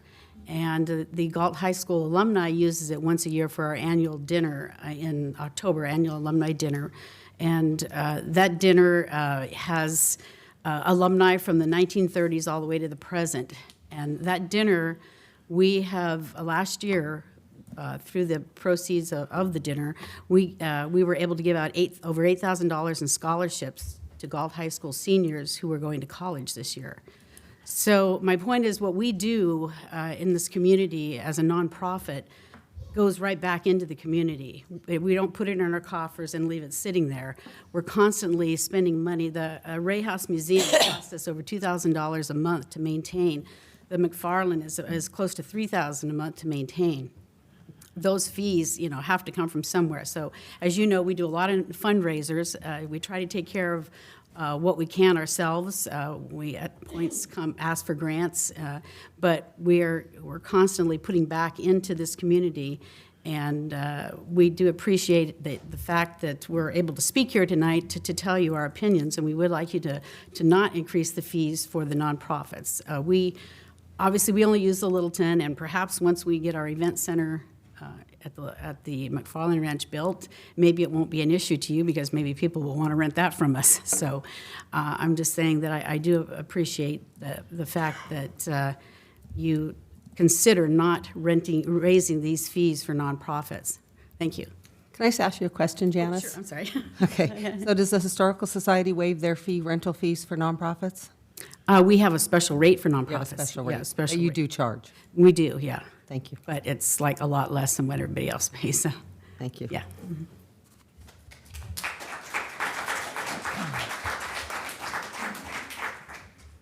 Sean Farmer? Following Mr. Farmer is Betty Welch. Welch?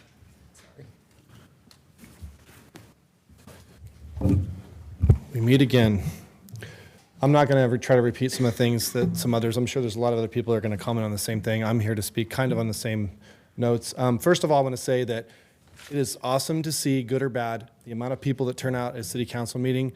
If it could be like this every week, it would show that the people in the community are at least interested in what's going on in their hometown. So I applaud everybody that's here tonight. Thank you for sitting through all this to come to this point. To piggyback on what Adam said, first, I know that this fee increase is directly related to the parks presentation that Mr. Solis gave at the last meeting before last. You know, it was very depressing. We saw all the things that are needed. First of all, I don't think anything that's going to be said tonight is going to be directed at Mr. Solis. I think he does an excellent job running. He can only do and work with what he has to work with. So I think, if he's given, X, that's what he has to work with. So he's probably just trying to make what he can. But what I've noticed when I read the whole entire report is that it's a little heavy on some of the things that I think are where it hurts the most. We're talking about reducing fees on development and stuff like that. And I understand doing that, you want to entice development. Right now, the housing market is smoking hot. I don't think that developers right now are going to care about a small decrease on certain things, in my opinion. But what I can see is up to a 37% increase on certain girls softball, for example. I've coached these girls. These are girls whose families want to get their kids into sports. They can't afford travel ball and things like this. This is an entry level, hey, my kid wants to play sports, I'm going to get him in a program like that. Some of these fees are going to go up 37%. It's 20 something to 30. I've noticed the fee increases, that's some of the area that's being hit the most. These are the areas where these kids can't really afford it. Some of the other fees are around adult softball, like something that I participate in. And, I've stated that I'm against fee increase without a strategy. It'd be different if somebody said, you're going to pay 20% more, Mr. Farmer, to sponsor your teams. And by the way, I spend a lot of money spending on softball teams than I have for the decade, a lot of money. And what I see is our softball complex is just deteriorating. It's not being, I understand the money's not there, but when you have seen slow increases over the last 10 years, and you've shown here there was 2%, 2 point something percent, 3 point something percent, another, in the last 4 years we've seen increases. The lights didn't even work in the bathroom last season. We've been playing, night games. The bathroom stall doors don't even lock. I mean, it's in bad shape. So for me, I don't have a problem paying more fees if I would see some kind of impact. It was something, nicer. Do we pay more other places? Absolutely. Other places, Field of Dreams in Manteca, Elk Grove, they have phenomenal facilities. And is it more expensive? Absolutely. But people will go and pay money to play in nice facilities. So if there's going to be fee increases in those areas, then I think that there needs to be a strategy where that money's going to go. Quickly on the nonprofits, there's a lot of different nonprofits in this community. They all give back. I understand that the city wants to try to find ways to cut costs. But let's be frank here, people. There's probably many other places we can dig around and find money without having the nonprofits pay another $600. I mean, these are organizations that put on events that then take that money and put it back into the community. Money that the city can't afford to give and the city wouldn't give. So if you guys are willing to go ahead and ask the Historical Society to pay the extra $600 when they rent, and then when they raise their $8,000 for the scholarship, they can just say, little Timmy, we'll just go ahead and give you $7,400 instead of $8 because we had to pay another $600. And I guess that's fine. I mean, but it seems a little wrong to do that. I mean, I think that if you look at the grand scheme, there's a lot of admin costs and there's a lot of costs in there, and we're really splitting peas at this point to say that we're going to go after nonprofits for an extra $600 or something. I mean, before the question even comes up, yes, my family owns a facility, and yes, we do offer a reduced rate. It's actually $600, and it includes all the security and everything included. So if you guys end up passing this, we will be there for the nonprofits to provide a place if you need it. And that's a private citizen. That's coming out of a personal pocketbook. This is not a city. We can't afford it like the city can afford it. So just please look, before you vote on this, just step back and say, let's look at the big picture here. Can we look at every possible thing that we can do? Is there anywhere we can try to find a way to cover these costs? Can we reach out to private enterprise? Can we reach out to businesses such as like Walmart, for example, and ask them, hey, Walmart, how about you sponsor this field over here? We'll put your name on it for a year, and you can pay for all the maintenance fees. I mean, that's what AT&T does for San Francisco Stadium and the Giant Stadium in San Francisco. So we need to think outside of the box here, people. We need to come up with ideas how to generate money to pay for these fees without hitting the people in the pocketbooks. Thanks. Betty Welch.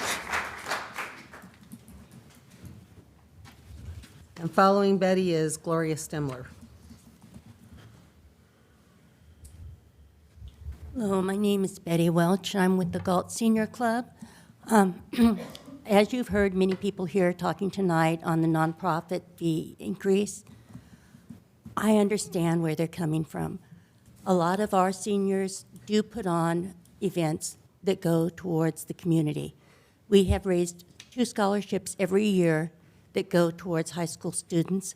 We also, this year, our other funding went towards the shut-ins from the Meals on Wheels, and they were each given a nice holiday gift in which that they could enjoy.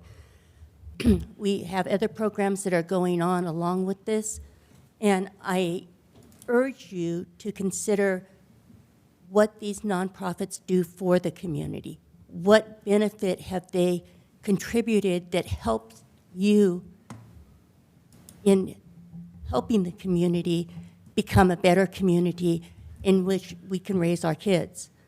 Also, please consider what cost you would incur if these nonprofits weren't here to provide the services they provide to this community. If they can't afford these fees, they will not be putting on any of these opportunities that are out there. Everybody has a budget. Many of us are on very fixed budgets, but we still find ways to make it meet. We get creative in our ideas.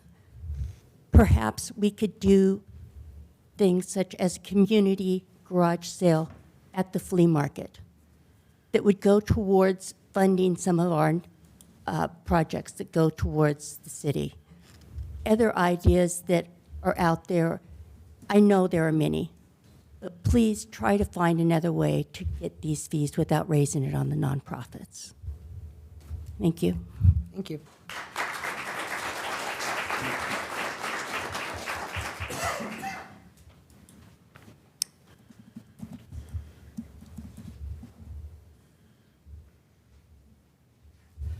My name is Gloria Stemler. My address is 95362 Galt, California, but I'm on the wrong side of Sargent, so I'm in the county. Okay, the first thing I ever organized was Meals on Wheels, and that's still going today.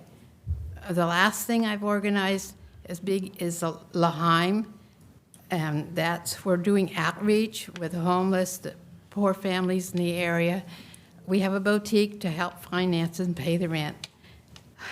I'm also a lifetime Girl Scout, so all that goes with me. And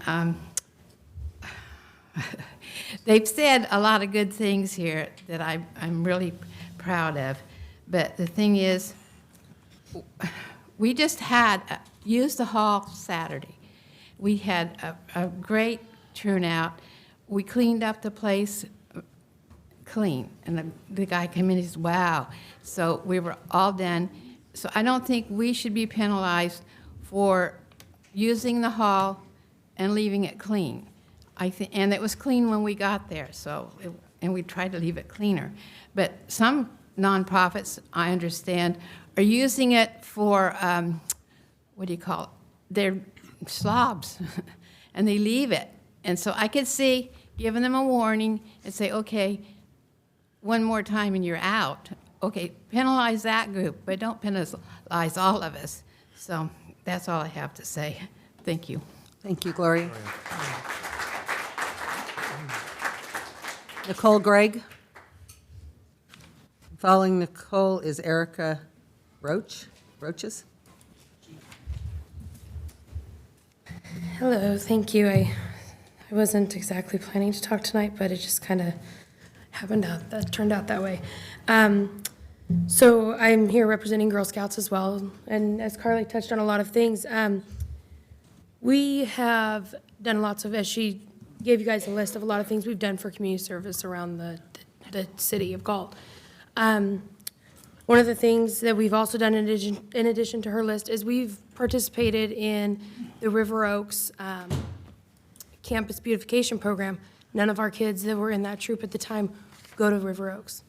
However, there is a bronze award, there's a silver award, and there's a gold award that through Girl Scouts, they have to, well, they don't have to, but it is an award they can accomplish and receive. Bronze is for juniors, which is in 4th and 5th grade. Silver is for cadets, which is in 6th to 8th grade. Seniors for 9th and 10th grade, and ambassadors 11 and 12.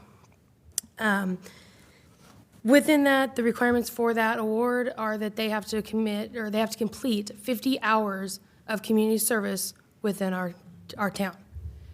I think myself, I'm appalled if this goes through, that we put this much work into our community, because the majority of these girls in here have earned their crowns already, these older girls that are in the tan vests, and they are working on their silvers and actually on their bronze, I'm sorry, on their golds as well. Let's see. When we hold events, I'm also on the service team unit for the planning for events. When we hold our events, we have girls that sign up for Girl Scouts because they can't afford, some girls, because they cannot afford to participate in the other programs that we have in this town. Softball, basketball, so I don't think soccer's ran through the whatever, but I know baseball, softball, they can't afford it. And so therefore they do Girl Scouts, and that's the only thing they're allowed to do, because there's multiple kids in a family that just can't swing it. I've got 2 kids, and my husband and I both work, and it's hard. It's very hard. I'm a leader of 2 troops. And I just think it's very unfortunate that if the fees do go up, it's going to force our girls not to have any of these programs anymore. There are, like she said, our father-daughter dance, our father-daughter derby, all of that. If it's $500-600 to run a facility for that, that is sometimes all that one troop has in their bank account. So now you're forcing those girls to take the money that they would use to earn badges and to learn the leadership roles to hopefully where they could be up here sitting in your guys' seats in their future. But you guys would, by increasing this, would take that away from them, because their money would not be able to go towards badges and classes and training for that.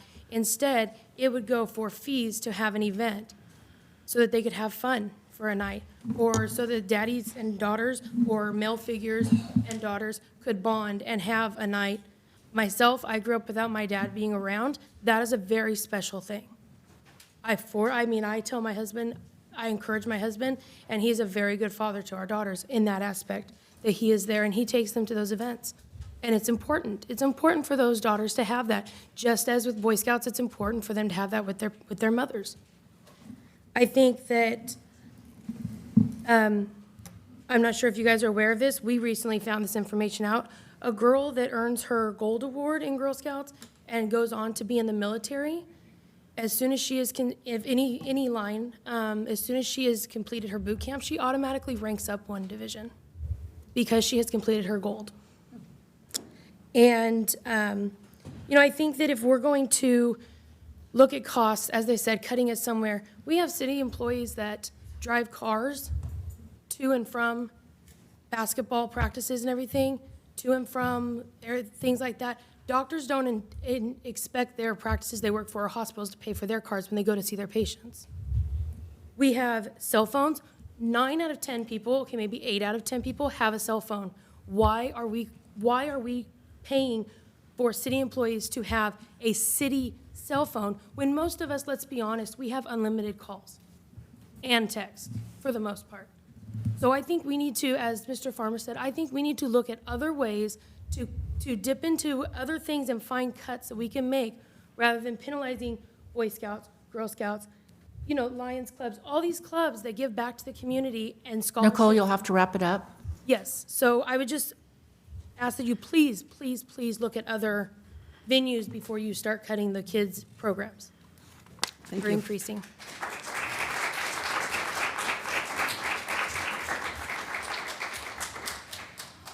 My name's Erica Rocha. I'm here in regards also to the nonprofit. So I'm with the football team. We're already being charged for lights. We're already being charged for facilities. We're being charged to use football fields. And now we do 1 dinner a year, and then we're going to be charged for that also. We ended our year last year with like $4,700 in non-paid fees by parents that couldn't afford it. And it's sad to me because I'm all about the kids. So to raise a fee for a nonprofit to use a facility to do a dinner, we have to certify helmets to make sure they're safe for these kids. We have to get cheer mats to make sure that these girls have mats to be protected when they're doing their stunts. So we do one dinner a year, and to be charged all that money, it's just not fair to the kids. And if you think about it, football and cheer, all these other programs, they're keeping the kids off the street. So would you rather have where a parent can't pay $250, but now we're raising fees because now we have more fees that we have to pay on top of fees that we're already paying? It's just not fair to the kids. And again, like everyone else said, maybe developers aren't having a fee, but they have all this money, like everyone else has said, but you're gonna charge a nonprofit to use the facility for a night. That's pretty much it. I mean, everyone else has kind of put everything else out there.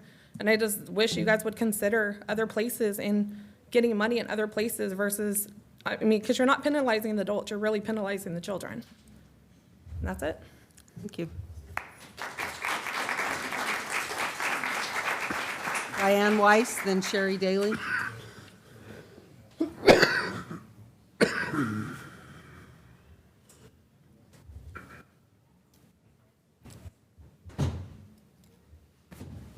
Good evening, everyone. I want to first say thank you very much for all you do to help our community, help our youth, and keep our budget and keep our community as well of a place that I've raised my children and now are helping raise my grandchildren. So it's a hard thing. We have a lot of nonprofits in this town that support what happens to raise money for scholarships and for dictionaries for our schools. There's many hours that are put into service for the community by these service groups. It's not only the Girl Scouts and the Boy Scouts that serve our community, but also you have the Kiwanis, you have the Lions, you have the Rotary, and all that money that they raise goes right back into the community. As members of those associations, we do not take money to support our budgets for the year. That comes out of dues. So the work that they spend and the time that they spend helping our community by providing the services that they do, especially since I represent Boy Scouts, many service hours, including Eagle projects, have been put into the community. And so to waive that one portion of the paperwork that you were talking about was the ability for Parks and Rec to waive that fee and to take that away from those organizations that give back to the community. I would say please relook at that. As far as fees for doing service, or not service projects, but for raising money for their organizations, the Parks and Rec Galt flea market was donated to the city so that it could provide services for the youth. So again, I ask you to look at other ways of getting money to take care of the maintenance of those buildings and to help support the youth that support our community. Thank you very much. Thank you.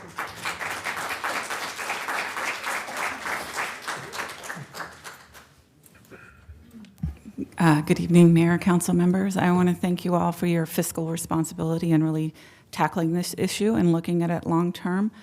I know that Galt developed kind of strangely in that we had a lot of development 30 years ago, and we built a lot of parks all at the same time. They're all aging at the same time.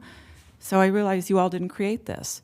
I know that looking forward to maintenance wasn't something maybe 30 years ago when all of the parks were being built and all the facilities in the pool were all being constructed at the same time, meaning they would deteriorate at the same time. So I appreciate the situation you're in. I've also been a Cub Scout, Boy Scout leader from Tiger Cubs all the way up to my 2 Eagle Scouts. I've also been a Girl Scout leader from Daisies up to seniors. So I know how important the facility use is for these nonprofits. So a number of months ago when we talked about this, I brought forward a proposal that perhaps the council could look at a sliding scale. So you would pay perhaps 20% of your profits, that's after your expenses, so that if you're a Girl Scout or Boy Scout group who isn't making a profit on their event, or maybe a very small one, maybe you make $500 on your event, so you pay 20%, what is that, $100. So I think it's important that even nonprofits contribute to the upkeep of the facilities they then use to help the community and support their events. So they do use the facilities. However, I think there should be some sort of sliding scale. So if you're making $10 or $15 or $20,000 on a fundraising event, you would be able to pay all the way up until the standard fee that a for-profit or a private organization would use, and that would allow the smaller nonprofits or the really non-nonprofits, our Girl Scouts and Boy Scouts, to still use the facilities and still make the improvements to the buildings and the upkeep to the maintenance of our aging parks and facilities. Thank you.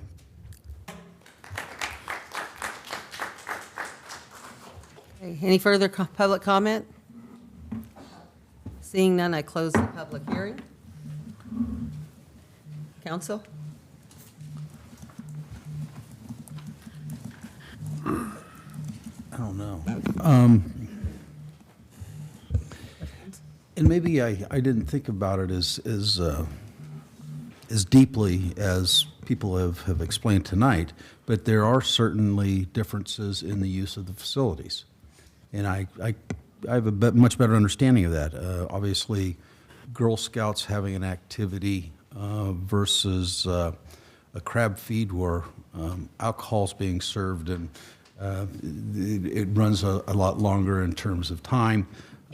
And from what Armando has indicated, that there are higher maintenance issues associated with certain types of facilities and activities than others. My suggestion, and this is just a suggestion, is that maybe we give this back to staff on this particular issue and dig a little bit deeper into the activities of each one of these. And I'm not saying a sliding scale, but I think it needs to be proportional to what the use is. Obviously, we're not doing full cost recovery now. We're doing no cost recovery. What I think Armando put together was an estimate of approximating what the cost recovery would be on an average of the nonprofits. Is that a correct assessment of that? Yeah, we have the hard costs that we could easily calculate: staff time, cleaning supplies, restroom. Then the unaccounted for are the heat and air, water, sewage, wear and tear on the facility. But what I'm talking about is the different type of activities, the different venues, whether it's Girl Scouts, Boy Scouts, Historical Society, crab feed.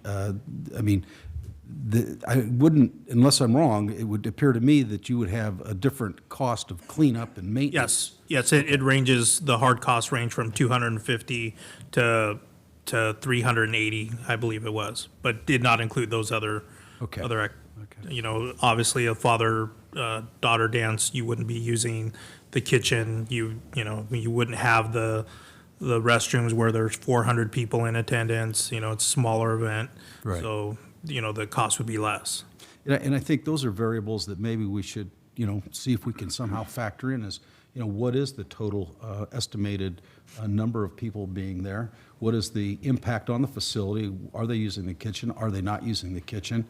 And duration, in order to get a little bit better understanding of what we're actually dealing with and how many different events per year. Because right now, I can't tell you, I know we were given information several years ago about the number of events, but I don't recall what that is off the top of my head. And 15. About 10.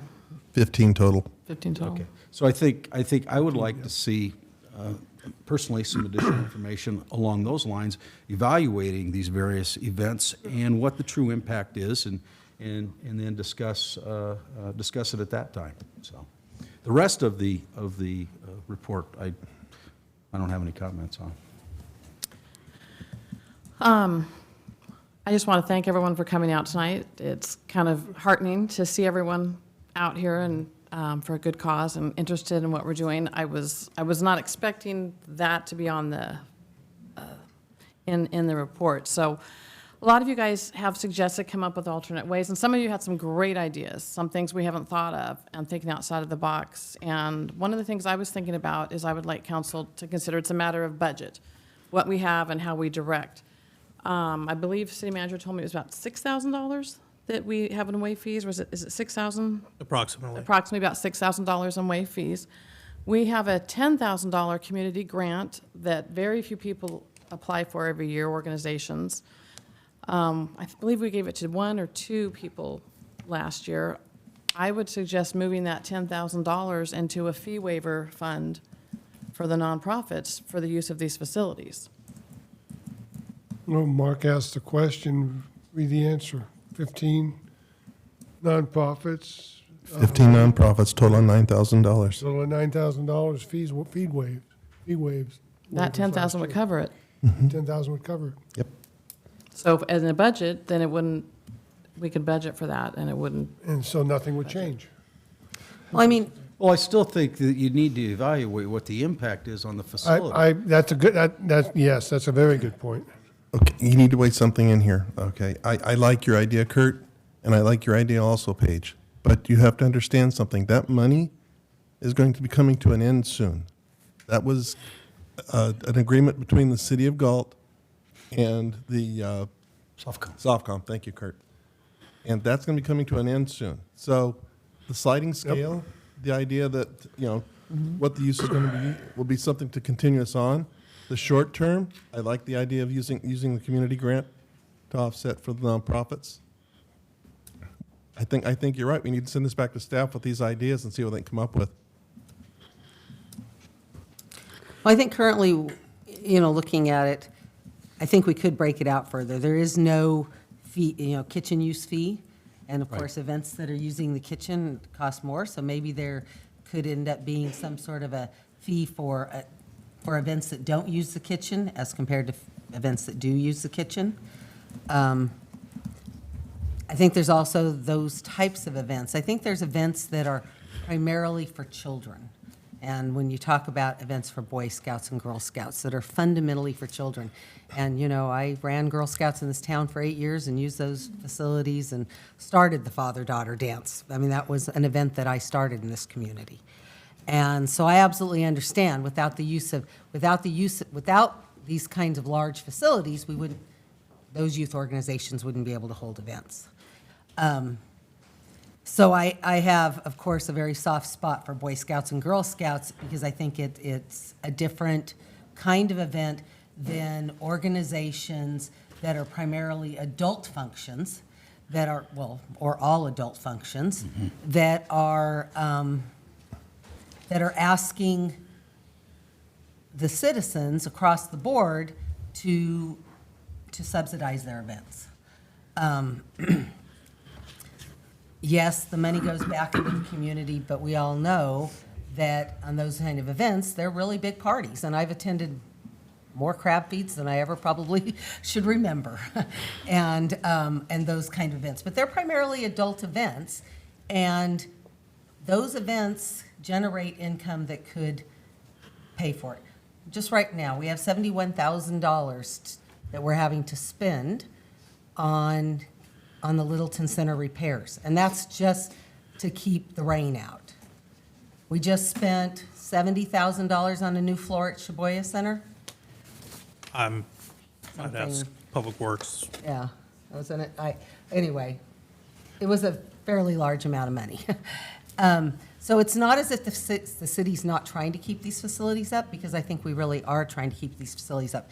And what I think the community needs to remember is if we don't maintain these facilities, we're not going to have them. That's right. And there's so much deferred maintenance. And yes, do I wish that I could go back to the council of 10 years ago, that people that were sitting on it then, or 20 years ago, and say, gosh, why aren't you setting up a fund for maintaining these facilities? But they didn't. And I think that this city manager and this city staff are trying to be responsible and making recommendations to this council and saying, you've got deferred maintenance, hundreds of thousands of dollars of deferred maintenance that somehow you need to pay for, that as citizens we need to pay for. I would also like to suggest, and maybe it's something we can look at, that some of these, particularly when it comes to nonprofits, because I do know the money goes back into the community, that maybe that money needs to be put aside. I hate tying the hands of future councils or anything else, but that it go into maintenance of the buildings. Because that's the primary concern of mine, is I want to make sure that 10, 20, 30 years from now, that Girl Scouts have these buildings to use then, that that our community groups have a building to use, that we can hold community dinners.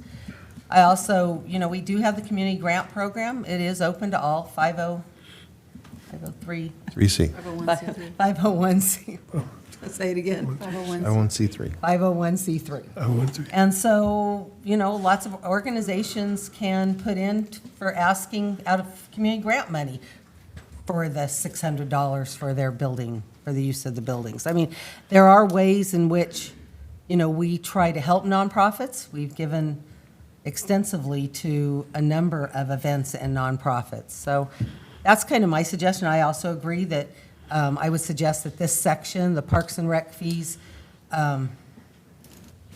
go back. Are we just talking about the facility fees? Yeah, I'm just talking about the resident nonprofit fee. The rest of them have not been at issue, and so I would, if we proceed along with that exception, and then it would also include the other items which staff had recommended in terms of changes.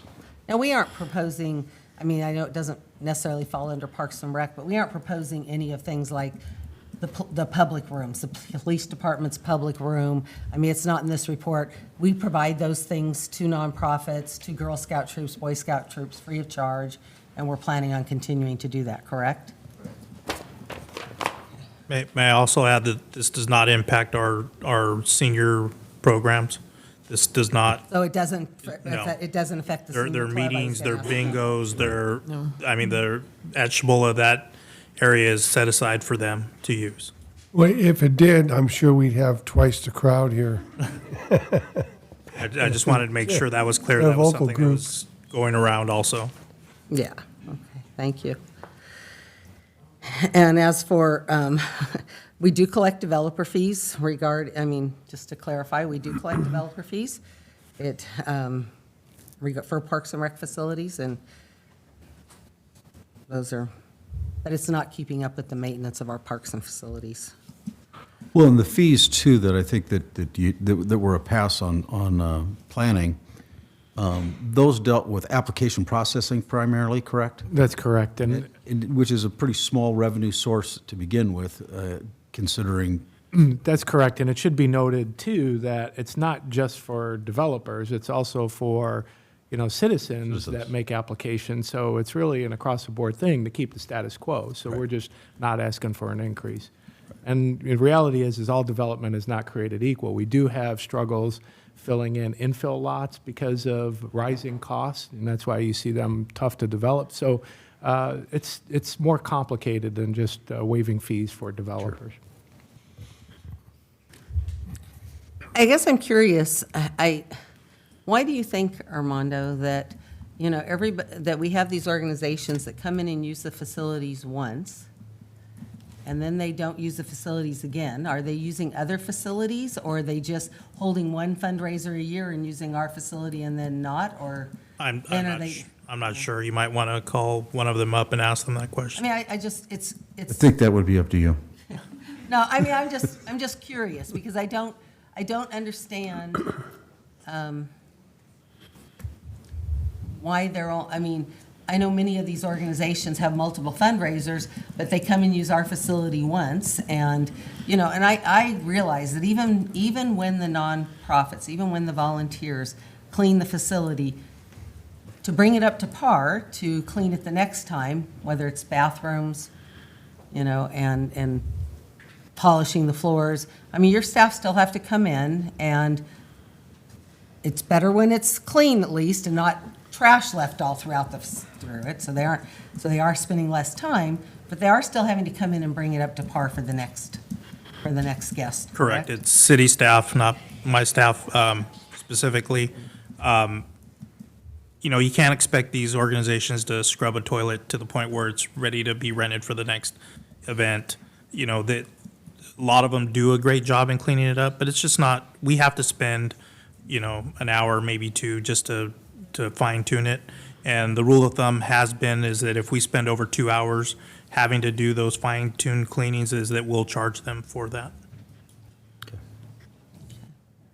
And I know we've talked before that, you and I have talked about the fact that, you know, things like crab feeds and that we have to bring in extra dumpsters because of, and extra time is spent because of the odor that crab feeds cause to the facility. Correct. And speaking to the maintenance supervisor, he indicates that there's more supplies used, like chemicals, to reduce the smell of the crab. We now have to bring in an extra dumpster to dump, which is up to $50. And I mean, there's a cost associated with these. You know, the 400 people use a lot of toilet paper and hand towels, and, you know, so they're, you know, we're supplying all Well, that if there's any product plugged for free. toilets during the event, our staff have to come out for that, or any catastrophes or. Okay. Well, that goes back to Kurt's suggestion of looking at the type of usage.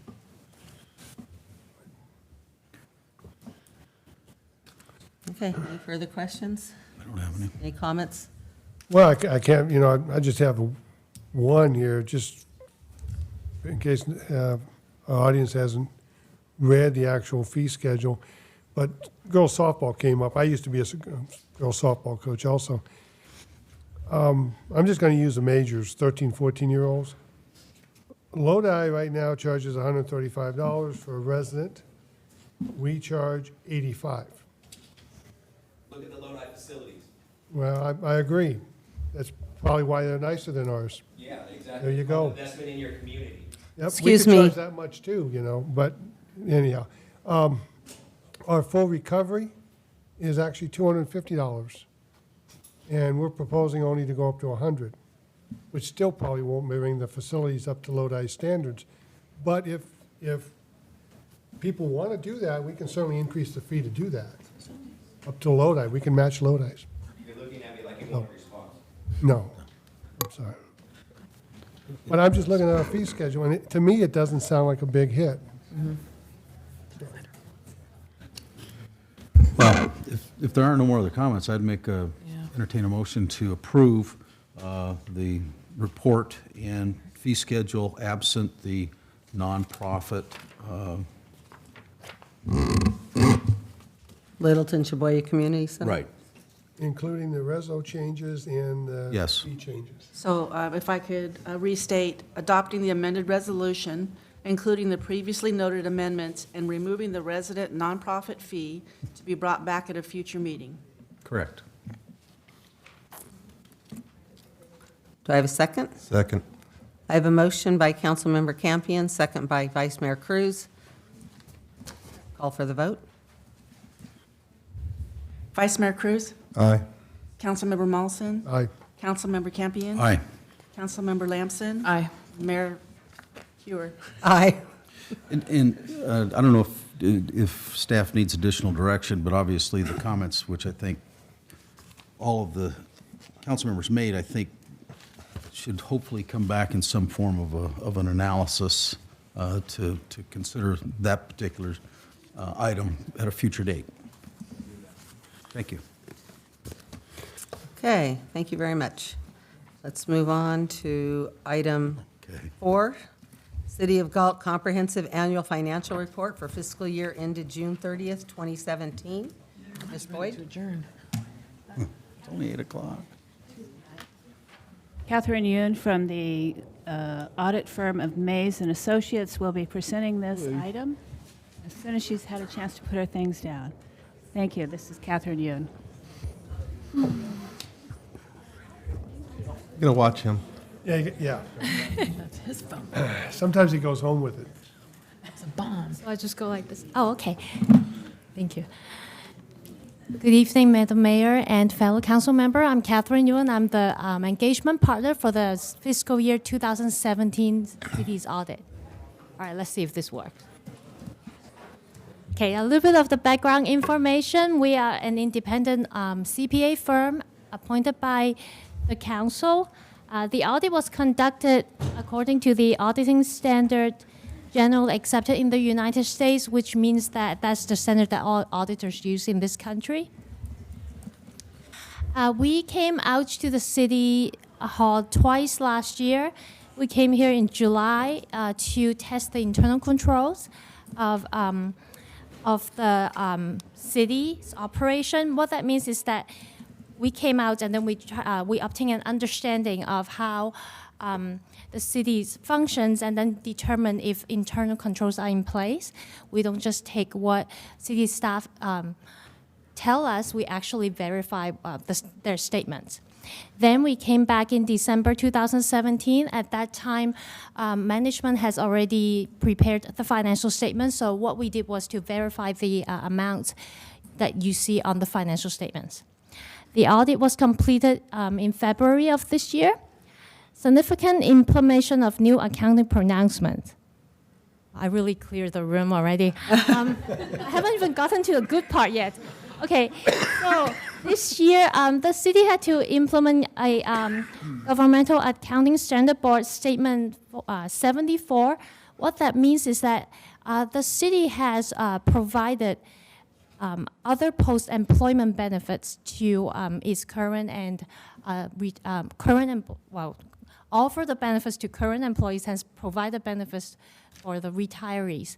The benefits are administered by in the trust.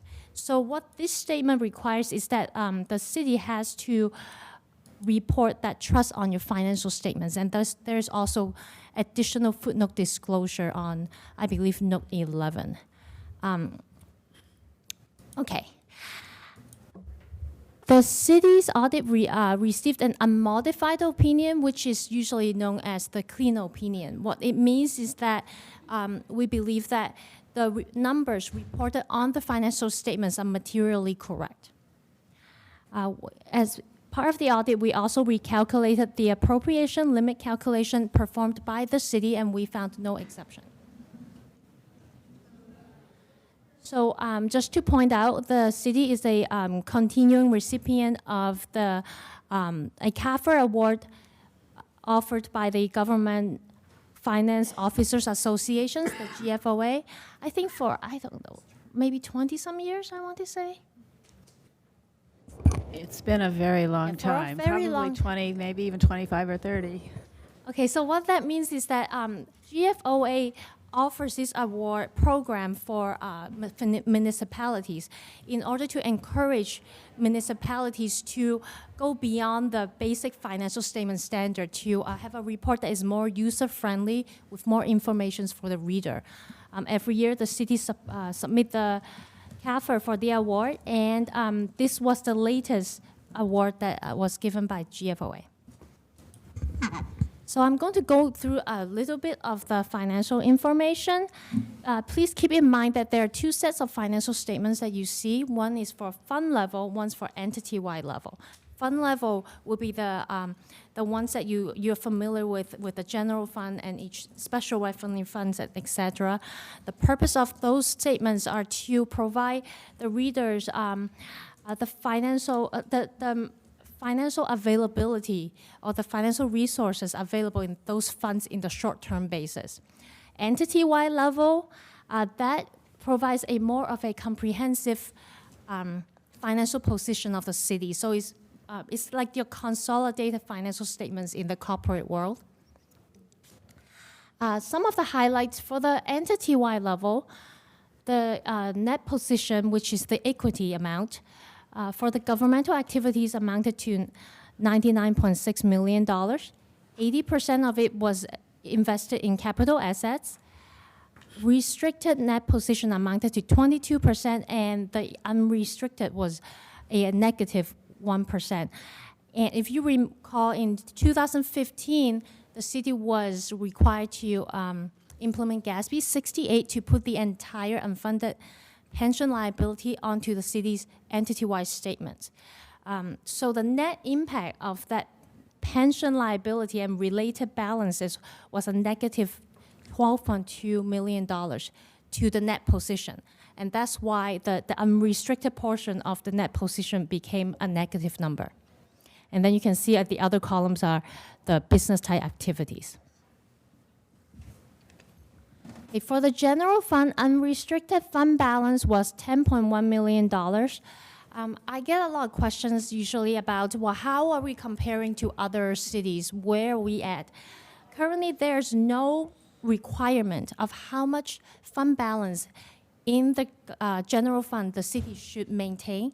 However, the organization that I have just told you about, the GFOA, has a best practice paper that came out in 2015. What it says is that the unrestricted fund balance should be at least cover 2 months of the expenditure or revenue of that fund. So I usually use expenditure because you have a lot of contracts and labor union MOUs and stuff. So I did a calculation. The unrestricted fund balance currently can cover 9.2 months of the expenditure of that general fund. So you are in a pretty good position as of June 30th, 2017. In conjunction with the audit, we also issued this other report called the Memorandum on Internal Control and Required Communication. This is a report that we use to communicate any control deficiencies that we see during the audit. This year, we did not note any control deficiencies that we need to report to you on the report. And for the upcoming announcement for next year, there is going to be GASB Statement 75 that will be requiring the city to book the entire unfunded other post-employment benefits liability onto the entity-wide statement. So it's very similar to the pension piece. So this is essentially the second piece of GASB 74. And so next year you will see that impact on the net position.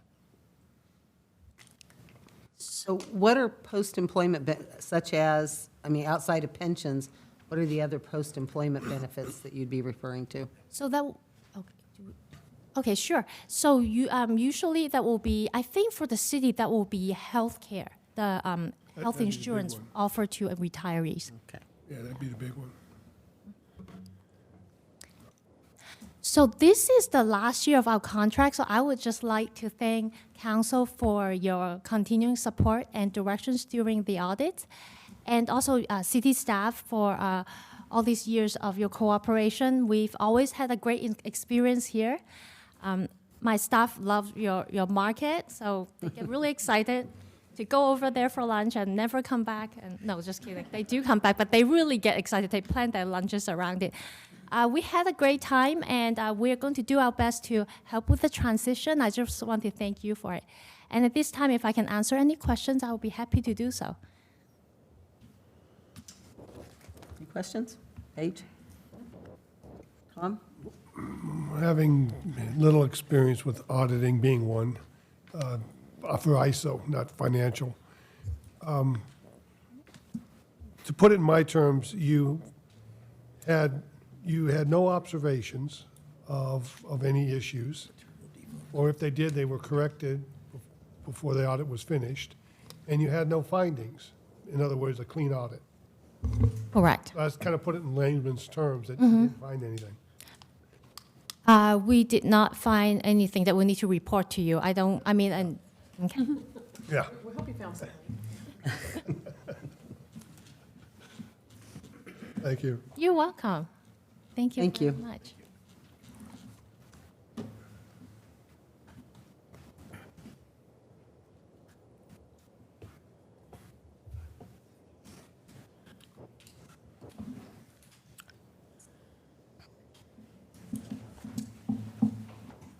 Is there anything else? We need an action No, on that? this is a receive and file, council to do. There is no motion required.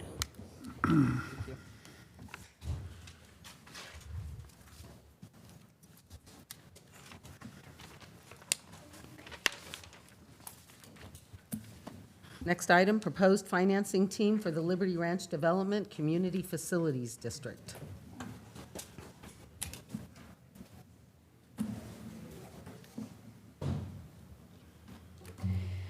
So, good evening again, Mayor Hewer and members of the council. This item is the next step in the Liberty Ranch Development Project.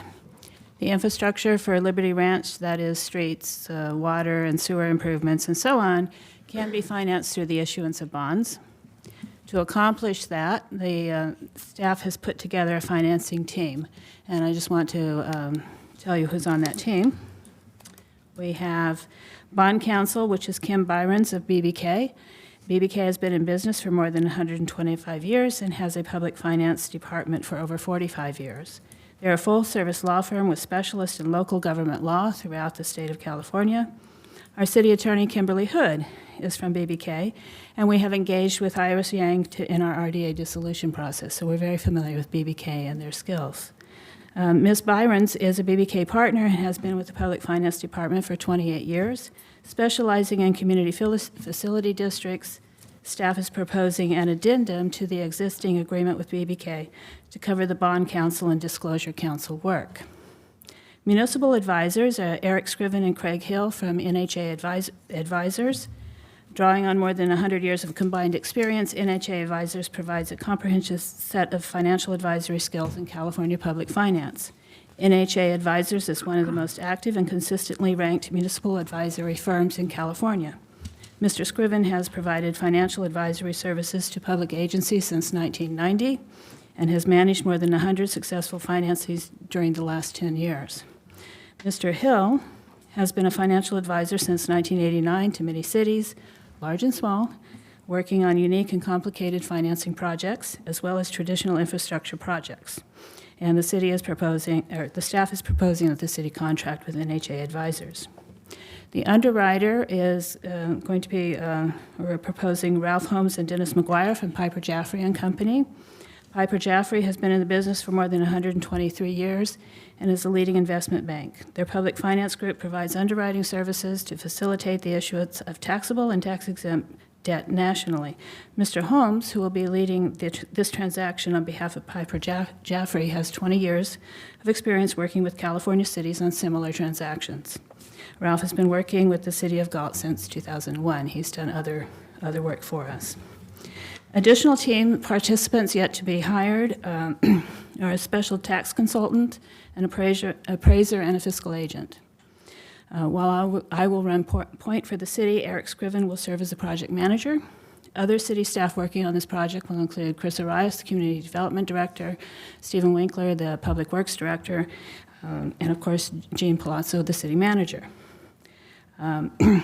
I'm going to ask Mr. Scriven to present a PowerPoint explaining community facility districts for infrastructure financing.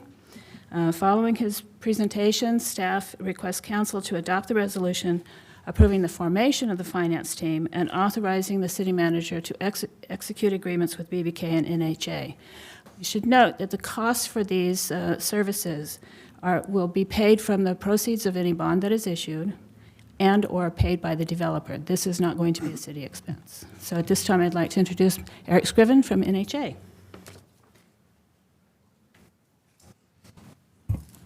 Good evening, Madam Mayor, members of the council. It's great to be here. We purposefully named this briefing. It's not a full deep dive into CFDs, and in fact, we're going to talk a little bit about formation as well as the financing. A lot of the work that we're going to be doing over the next months is going to be sort of laying the groundwork for the formation of the district, and then the bonds are sold at the end of the process. Let's see, this one. So we've got an outline. I think I was going to try, we had a 40, 50-page PowerPoint. We've cut it down to 19 pages. I'm going to really try to go through and see how, if I have any blank stares, and I'm going to step back, but we're going to try to answer, I think Emily answered who is the team. She'll be really the point of contact and making sure that we're adhering to the city's goals and moving forward. So I don't know that we need to really get into the consultant roles that much. really want to just sort of get into the nuts and bolts, the what and the why, and the how of forming and then forming the district and selling the bonds. We always, NHA, we like to be extremely clear on what the objectives are as we set out on the process. We're always trying to make sure that we're in sync with our client. These are fairly standard objectives. We're trying to make sure the private development pays its own way, make sure that you get a quality development out of the process, and we want to make sure that it's a conservative, prudent approach and that the process is transparent. That's really sort of the highlights on the objectives. I think you're pretty clear on the staff role. Emily and Jean and Chris and others are going to be making sure that we're adhering to the timeline and getting things done with the objectives of the city and the community in mind. Okay, we'll get to a couple of those points. Yeah, I mean, you're hiring consultants for the reason you usually hire consultants. There's some special expertise that's being brought to bear on this project. I think everyone that she mentioned in her intro is on there. We've got a special tax consultant wasn't identified. We have a sense for who that's going to be. That firm, that's a very important role. They really sort of create the methodology for the allocation, which is called the rate and method of apportionment. That is a very important task, and that's another member of the team that will be important. You'll see that contract come before you. So really there's two options.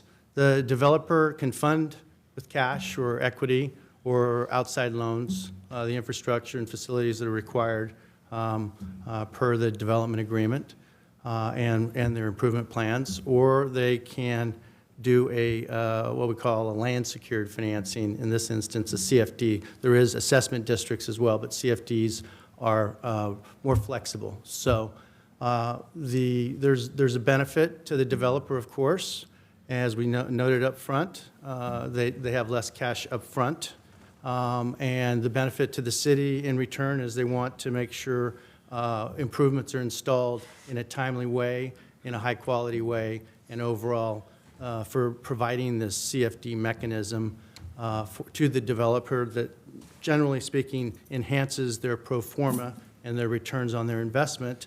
The city wants to gain good benefit from that in the form of a high-quality project. So there's less cash. So what happens is the developer, but eventually the homeowners in this instance, they're going to repay for that bond issue, that money that went into improvements in infrastructure through a special tax that's annually levied over the term of the bonds. Simply put, it's saying the same thing again. The what is, it's a way to pay for these improvements now versus in early part of the development process versus waiting for impact fees, if you will, to accumulate over time. I mean, that's really the primary reason the developer likes it. Again, it enhances their pro forma. The CFD provides for repayment by the property owners, as I said, the homeowners eventually. And it permits tax-exempt financing, a lower-cost financing for the eligible public improvements that will be installed. And there is, over the last 35 years, there's a ready market for these bonds. So there's good interest rates. A couple of notable advantages and disadvantages that I'd call out for the city. They're with oversight. There should be and there will be equitable allocation of that special tax payment over into the future. For the developer, it's a great it's off-balance sheet, non-recourse financing. The developer is not on the hook personally with It's the lien, the special tax lien goes to the property. It's a land-secured financing. The disadvantages, well, and then the other advantage is, the city in no way, and we should emphasize that several times during this discussion, the city is not financially obligated. However, we want to make sure that we put up as a disadvantage, the city's name is on the official statement when the bonds are sold. It's not financially liable, but the city makes covenants that it will foreclose on property owners if they don't pay their special taxes. So there is that covenant that they're supposed to do that. The city will do that. And since the name is on the official statement, there is what we call a moral obligation to, make sure that the deal is put out to the market in a good way.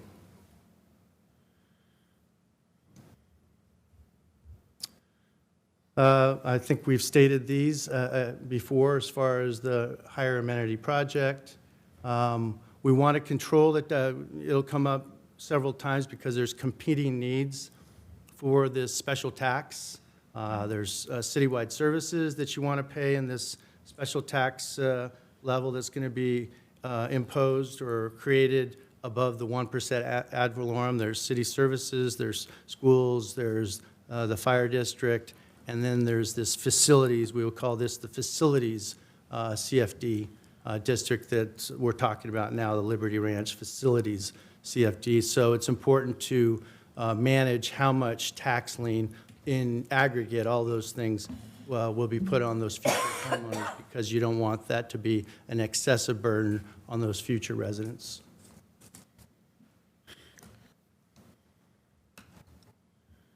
Well, this is, I think, important.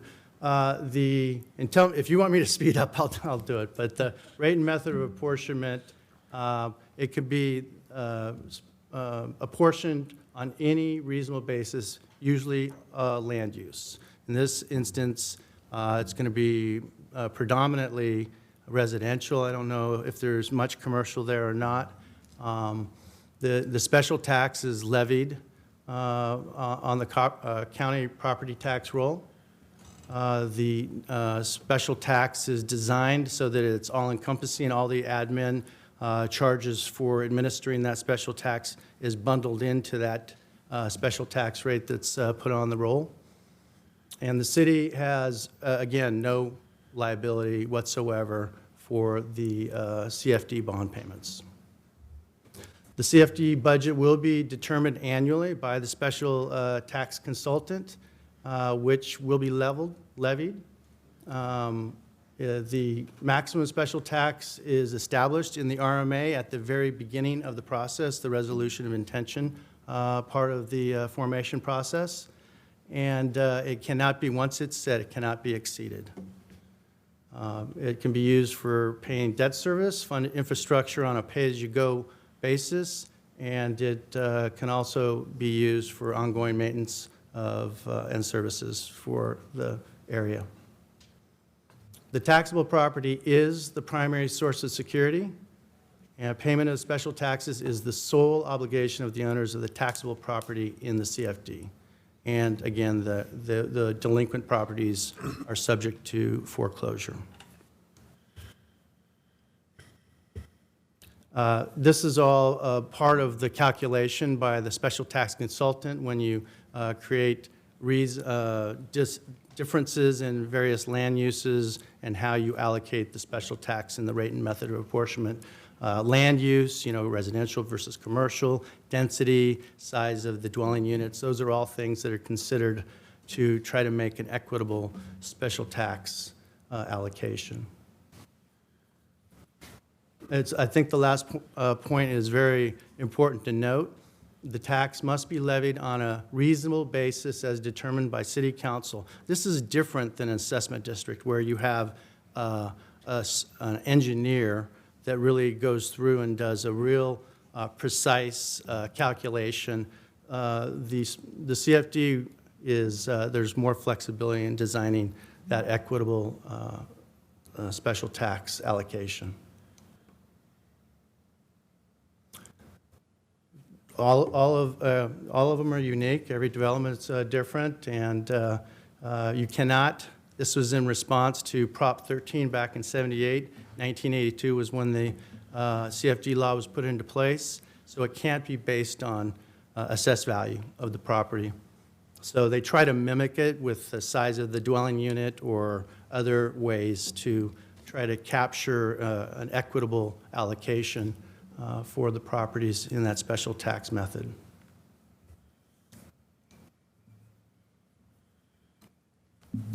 There's several steps to the formation process. You'll be seeing those over the next months. The initial phase that we're about to embark upon is really very important to lay the foundation, the discussions, the review of the development agreement, make sure that we're clear on the improvements that are going to be installed, how much tax rate's going to be used. Those preliminary steps are very important. Then once you get into the process, it becomes really sort of notice periods. You have to have 30 days between the resolution of intention and the public hearing. And then if you have unanimous consent of the landowners, I think there's only one landowner here, so you probably get that, or maybe a limited number. You can have your vote on that second meeting, the public hearing meeting, so that you actually have the vote to approve the CFD at that public hearing. And you can approve your resolution of formation that night. And I'm going to give you a sample schedule just so you understand. The requirement is a 2/3 vote requirement. So if you have one vote or 3 votes, you need to have 2 out of those 3 vote in favor. Again, it is by acreage. If it's under 12 registered voters, which I believe it is under 12 registered voters out on the property.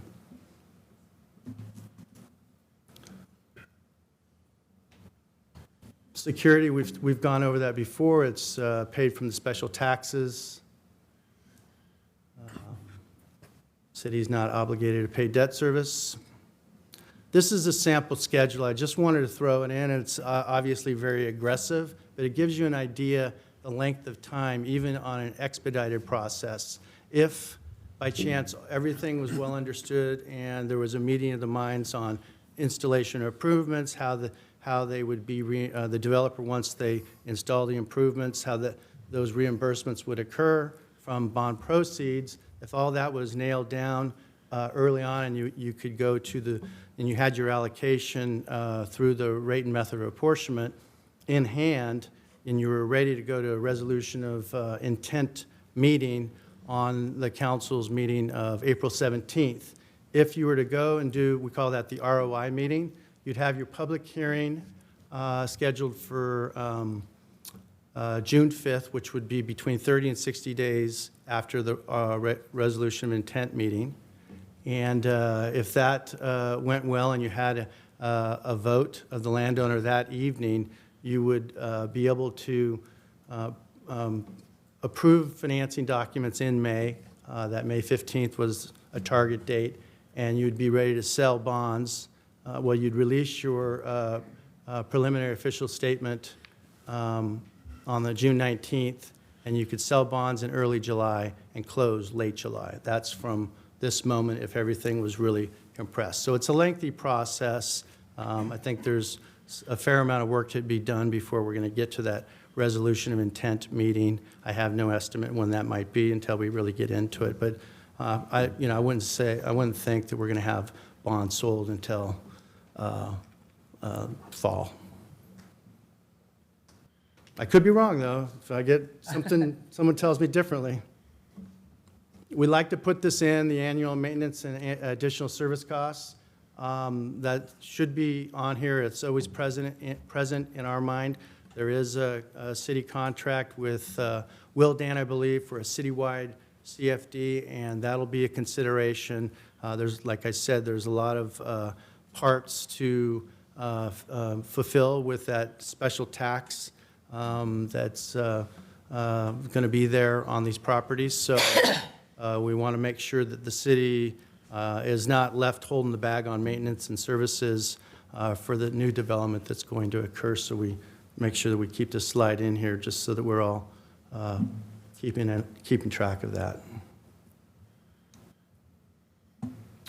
Next steps, I think there's one or two more consultants, the special tax consultant and the appraiser at some point, and we'll roll up our sleeves and sort of really zero in on the timeline and the tasks, and make sure that we move forward with discussions with the developer and what their wants and needs are as well. And then we'll commence diligence and numerical analysis and get going. That's it. I went way over 5 minutes or 10 minutes. Sorry about that. So, thank you. Okay. Any questions? Yeah, maybe for staff. This is just on the capital facilities portion, correct? This doesn't deal with the public service facilities requirements that are called out for in that development agreement? Because are we dealing with just one CFD? I think the plan was to deal with one CFD, but two components of it. Okay. One basically to bond and build infrastructure, and then another for a combined public safety and maintenance issues. So we were looking at that type of setup for Eastview. Now, we are somewhat limited on public safety, I think, by language in the development agreement with Eastview. We were limited to what they're already receiving in 2005, because I believe the way they were conditioned was either to join existing CFDs and LLDs or join some new Right. LLD CFD that the city creates. But this is also going to cover like the lighting landscape district, everything to do with storm drainage, all of that. Correct. That is the goal, is to create like this super CFD to really eliminate the need for LLDs and everything Right. else. So to fold that all into one. Then the other thing we're looking at is for all new development going forward is having then another CFD. So I guess we would have two CFDs moving forward, a citywide CFD for all new development, and then one particular to Eastview. And the idea that we didn't want to have Eastview in the citywide is that, they did have a development agreement, again, that kind of limited what we can ask for. Right. So we didn't want to push that out to citywide development. My concern would be by doing it, grouping it within one CFD and including all the other facilities and improvements and ongoing M&O operations, that it would, could potentially, you could hit a cap where it becomes difficult based on the annual cost to qualify owners, and the developer then argues back that that tax is too high or the maximum tax is too high. So I'm thinking, well, yeah, on that particular issue, but if there were multiples, like there are with the schools, it may be to the city's advantage to identify just a CFD for capital facilities.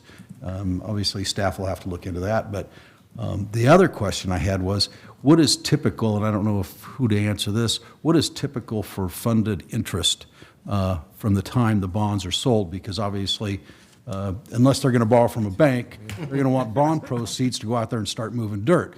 And I just would like to know what is typical. The developer is going to want as much as possible. 2 years, 2 years of pre-funded interest. 3, Ralph? 2. Yeah. No, I think 3 years is way too much, because all that Yeah. does is build on the back end of the resident that buys it. If they're going to get out and build, I think they need to get out and build. And I think the city should be prudent in terms of the funded interest. We had a lot of complaints when we did Northeast area. Most people don't remember that because they weren't. Oh, I remember it. But it was big. So I think staff hope they're. That's the direction we're looking for. It was huge. I'm more like huge than big. So those are a couple of concerns, or not concerns, but at least points I would like to make before staff gets into this. The other thing, I guess, is this just major infrastructure, or because that was my understanding, these are just the major infrastructure within the subdivision, the subdivider, or that will be his responsibility? Because I think I'd like to know what facilities are we funding versus what is developer responsibility through his own financing? It's my understanding it is the backbone infrastructure, not, the individual subdivision, because the major developer is not the home builder. So the goal of the developer is to put, again, the backbone in, and then he has these segments that they plan to sell off to home builders that would then be responsible for pulling in utilities for each segment of their specific development. Okay.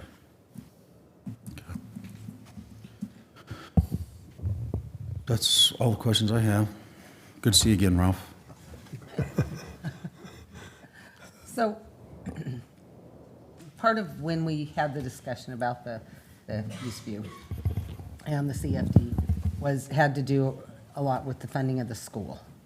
That the city and the developer went into an agreement that the school would pay for itself, that we weren't going to then go back and now have to ask taxpayers and citizens, existing citizens, to help pay for another school.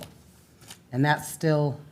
That's my understanding, is that the developer has come to an agreement with the elementary school district for that. There's a site set out for eventual construction, and it's my understanding that the future homeowners will not be required to pay for that future construction.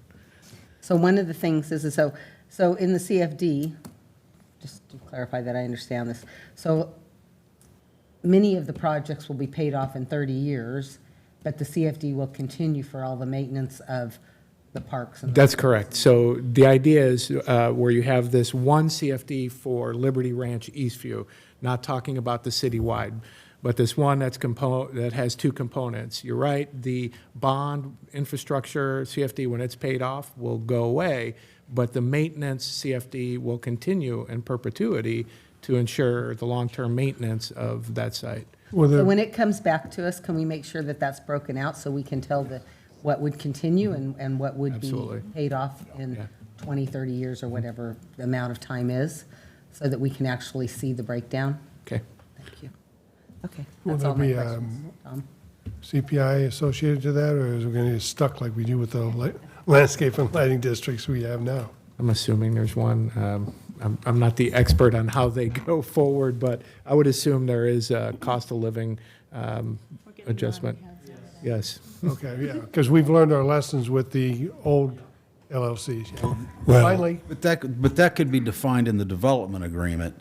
So I think that's where we really need to look. I mean, obviously it makes sense to do it, but I think we need to look and see if there are limitations that have been imposed or agreed upon.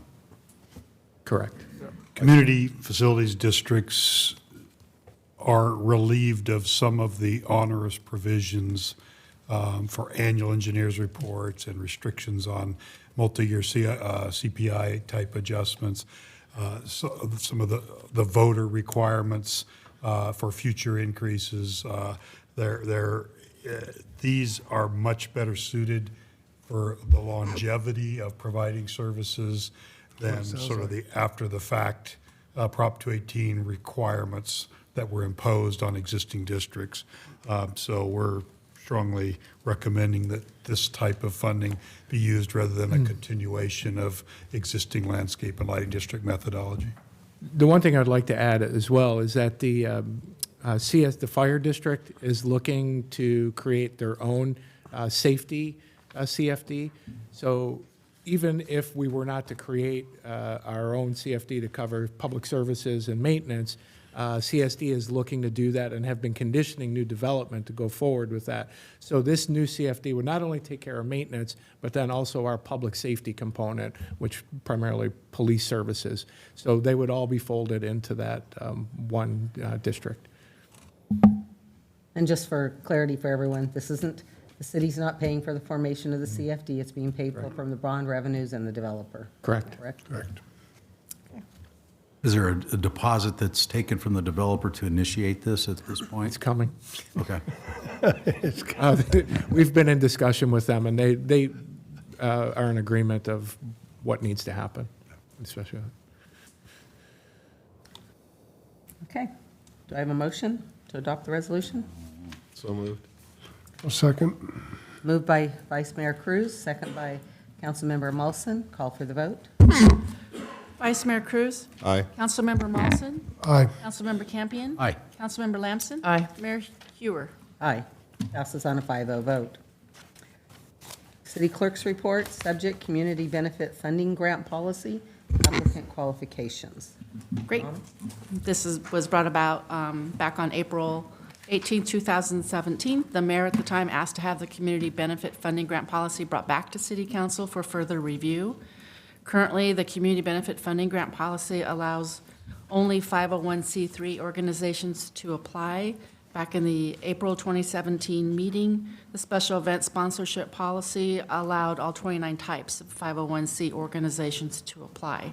After further research, 5 resolutions addressing nonprofit organizations and policies, use of facilities and issuing fireworks permits were located. They are as follows: community center rental fee schedule, fireworks permit eligibility, the community event sign policy, the community benefit funding grant policy, and the special event sponsorship policy.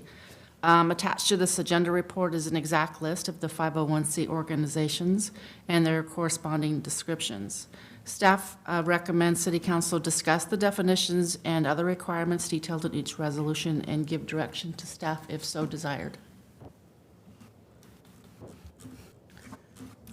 This is dealing just with the community grant issue, correct? Wow. I've looked over all of the various 29. I don't know how it ever got expanded to the 29, but I think it needs to remain at the C3. That's kind of my feeling. I don't know what the rest of the council thinks. Let's good question. Let's, Armando, I got a question. Of the 15 nonprofits that used our facilities this past year, how many of them were just 15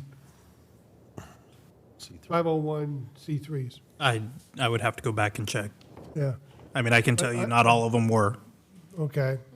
See, and that's my question, you know, how many of them actually were, and what other categories they fall in? I mean, we want to limit it to just the 501c3s, or is there another one in here that Well, it's we don't know? 501c4. It was interesting because the reason this came to Yeah. us is because our community garden, which is under the Character Coalition. Community Character Coalition, was given the designation as 501c4.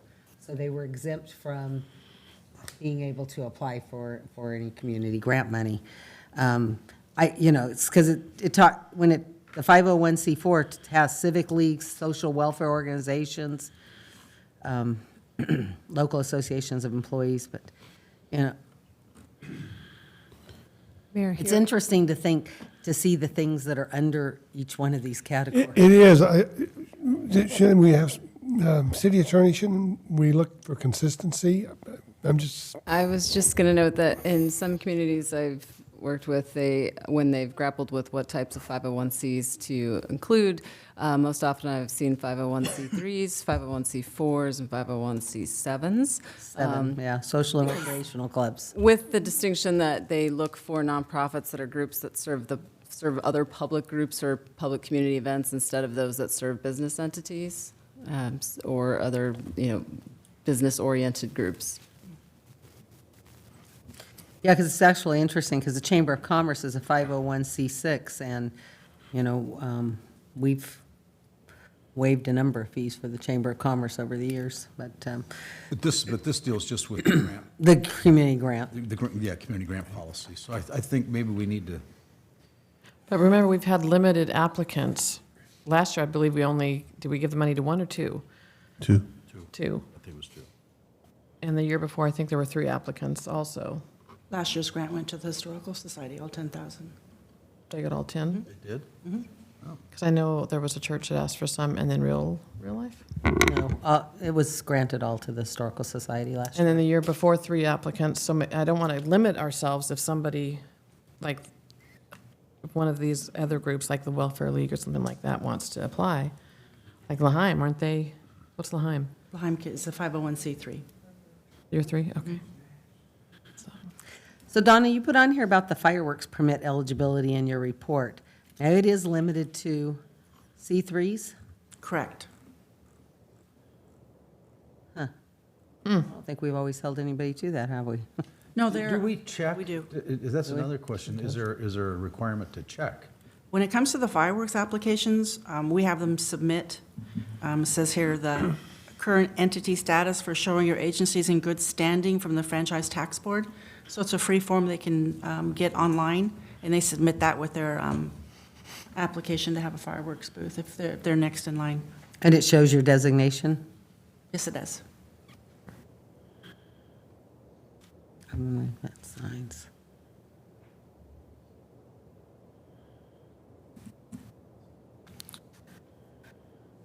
So can we do what, if we don't want to allow all, can we allow what Kimberly was recommending or what other cities do? Recreation clubs. Well, we already have a track record of the nonprofits and who applies, right? That's why I was trying to move it over We to pretty much the have a track fee waiver. record, and we could match the track record up to all these different 501c organizations. I bet it's only gonna come down to about 2 or 3. You know, and then we ought to limit it to that. If that's our track record, we have a history, it's what it is. You know, that would kind of eliminate the 501c13s. That's cemetery companies, by the way, for our audience. Well, And the 15s, that's mutual insurance companies. The community benefit funding grant applications go out next month, so nothing has been issued currently, so tonight would be a good night too. This or March 20th before we move forward with letting the applications go out. well, I think when I look at this and then you look at this community center rental fee schedule and we just define it as a resident nonprofit, do we ask for, so we don't define in that one that it has to be a 501c3? No. No, so it could just be any nonprofit, or if they just designate their nonprofit. We have a definition that they have to be within the city, hold their meetings within the city limits, be established for over a year, and be a local nonprofit. I mean, when I look at this, it looks to me like we need to, as a policy, have a better definition of what a nonprofit is. Because it looks like for each one of these, we have a different definition. Yeah, And it would be better for 29 of them. purposes. And I, I would be inclined to agree to add the 501c4s, because I think that civic organizations and social welfare organizations, are as vital to our community as religious, educational, and all the ones listed under C3. We'd have to include 7 Yeah, also, I think. C7s. And how about the 6, the Chamber of Commerce? Again, we're dealing just with the, And it's at our With the discretion grant. anyway. Yeah, we're just dealing with the grant. Yeah. I don't know what the chamber's status is, what theirs is, but I think that we need to come, she said, community grants going out. I would like to see in the future that we come back with a better definition of what a nonprofit is, so that we're a little clearer across, that we at least are a little clearer across the board. I mean, because that was one of the issues that was brought up last year, is that, they could apply under one area, the community garden could apply under one area, but they couldn't apply under another. They could have a fireworks booth, but they couldn't. Yeah, I'm all for simplicity and clarity in this. So shall we go for the 3, the 4, the 7, and the 6? well, So you're going to need to bring it back to us, right? She wanted us to make a decision tonight, didn't she? yeah. Well, just give her direction on what to bring back to us. Well, for purposes of the grant funding, I don't think that C6 necessarily needs to be included. I mean, I don't know the Chamber's ever made I would agree, yeah. You know, for other purposes, if we're talking about rental facilities, then we look at, maybe we have a different issue there. But for this purpose, I don't think 6 really needs to be there. I'm not sure what's an example of social and recreational clubs? Boy Scouts, That is a club? Girl Scouts, yeah. Okay. Yeah, they definitely should be in there then. Soccer teams. Okay. And civic? So civic 3, 4, league? and 7? What's civic and social welfare, what's an example of those organizations? 347? No, for C4. Well, it had to do with the Galt Coalition of Character. It ended up with a C4. It's what they're assigned by the IRS. And so I guess I guess they must be under a civic, Social welfare organization? The Justice League or something? What was it? It was the, Galt Coalition of Character. Community care. They have the community garden. oh, they have the community garden. Yeah, but that wasn't their main purpose. Their main purpose was something else, wasn't it, initially? On our Wasn't it characters. SCI? Character Coalition. Yeah, the right. Character Coalition. So, For some reason now they've. They wanted to apply for a grant that required an organization to be either a 501c3 or C4, and Character Coalition stepped forward. oh.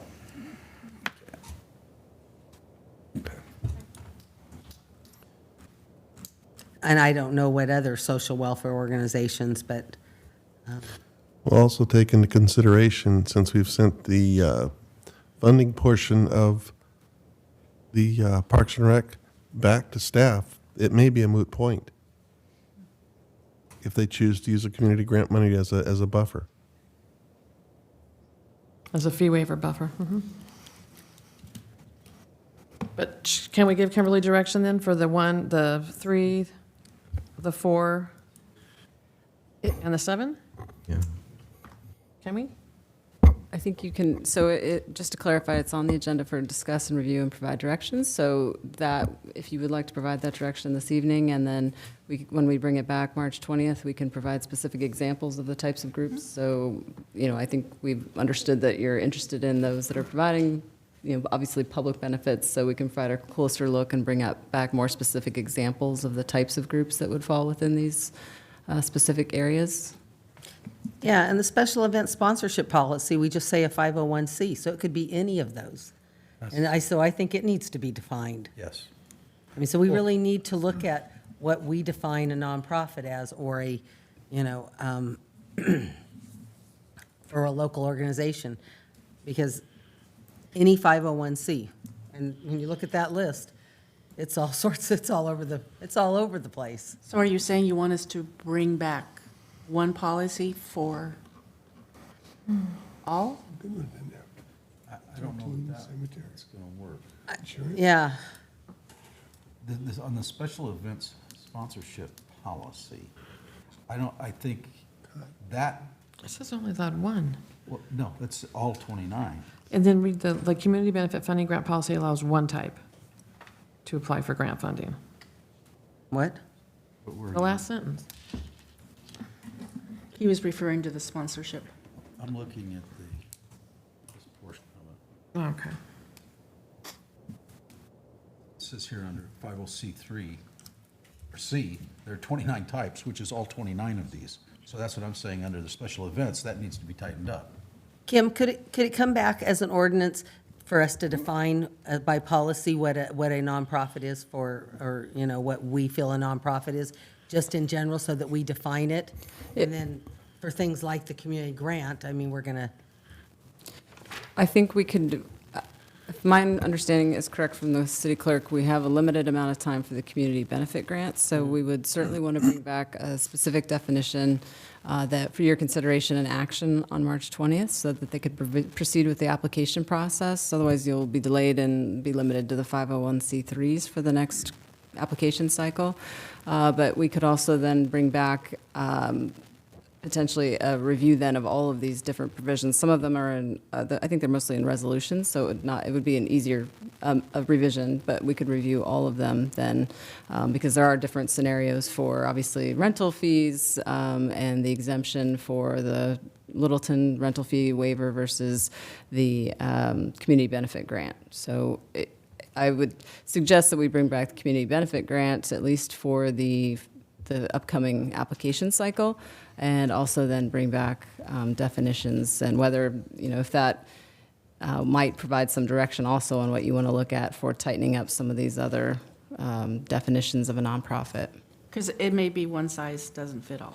Right, it may be, but that will at least, Yeah. I think what we do for the community benefit grant will at least provide you some idea of what types are for more the public benefit, and whether you want to, keep that or expand it for the rental fees as you already have.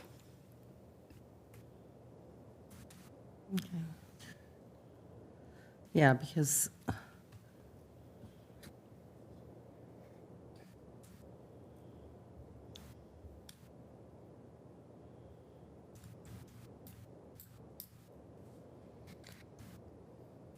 well, do we have a motion or do we have direction? I mean, I would agree with 3, 4, and 7 it needs to be opened up to 3, 4, and 7.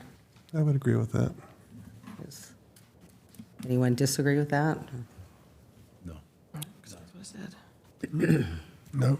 So, and Go this is forth and just for conquer. the grant funding policy, then we'll address these other issues At a later date? at a later, yeah, and maybe staff can come back with some recommendations on how they believe it should be approached. Because I understand now why they came before us last year to say that there was, why she couldn't apply for one and she could apply for another. And it's because we've got Yeah. different criteria. Yeah. Okay. Okay, thank you. Is that all you need? I just need a direction. Consensus, correct? Does staff have direction? North. Comments by staff? Winkler?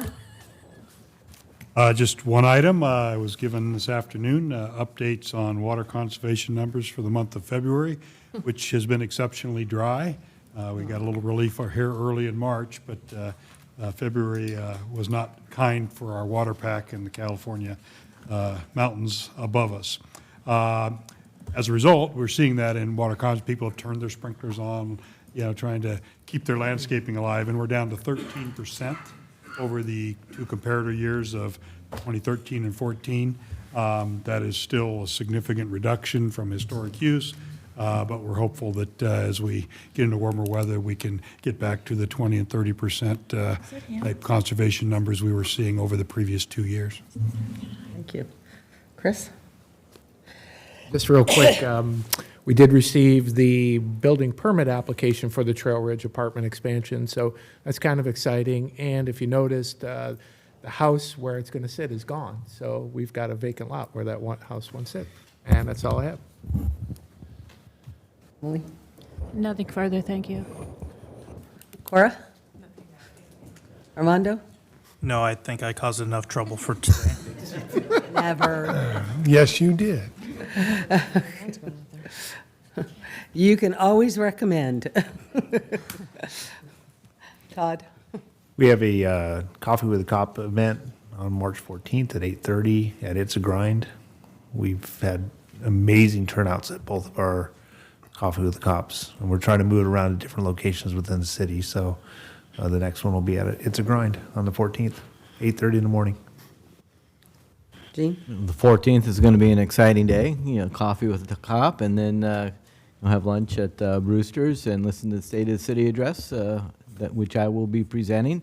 We're in partnership with the Chamber of Commerce and SMUD to bring that to the community. We're also bringing in a keynote presentation, John Mitchell, who's an economist, to talk about the economy, national, nation, state, and local economies for our community. So I hope to see everybody there.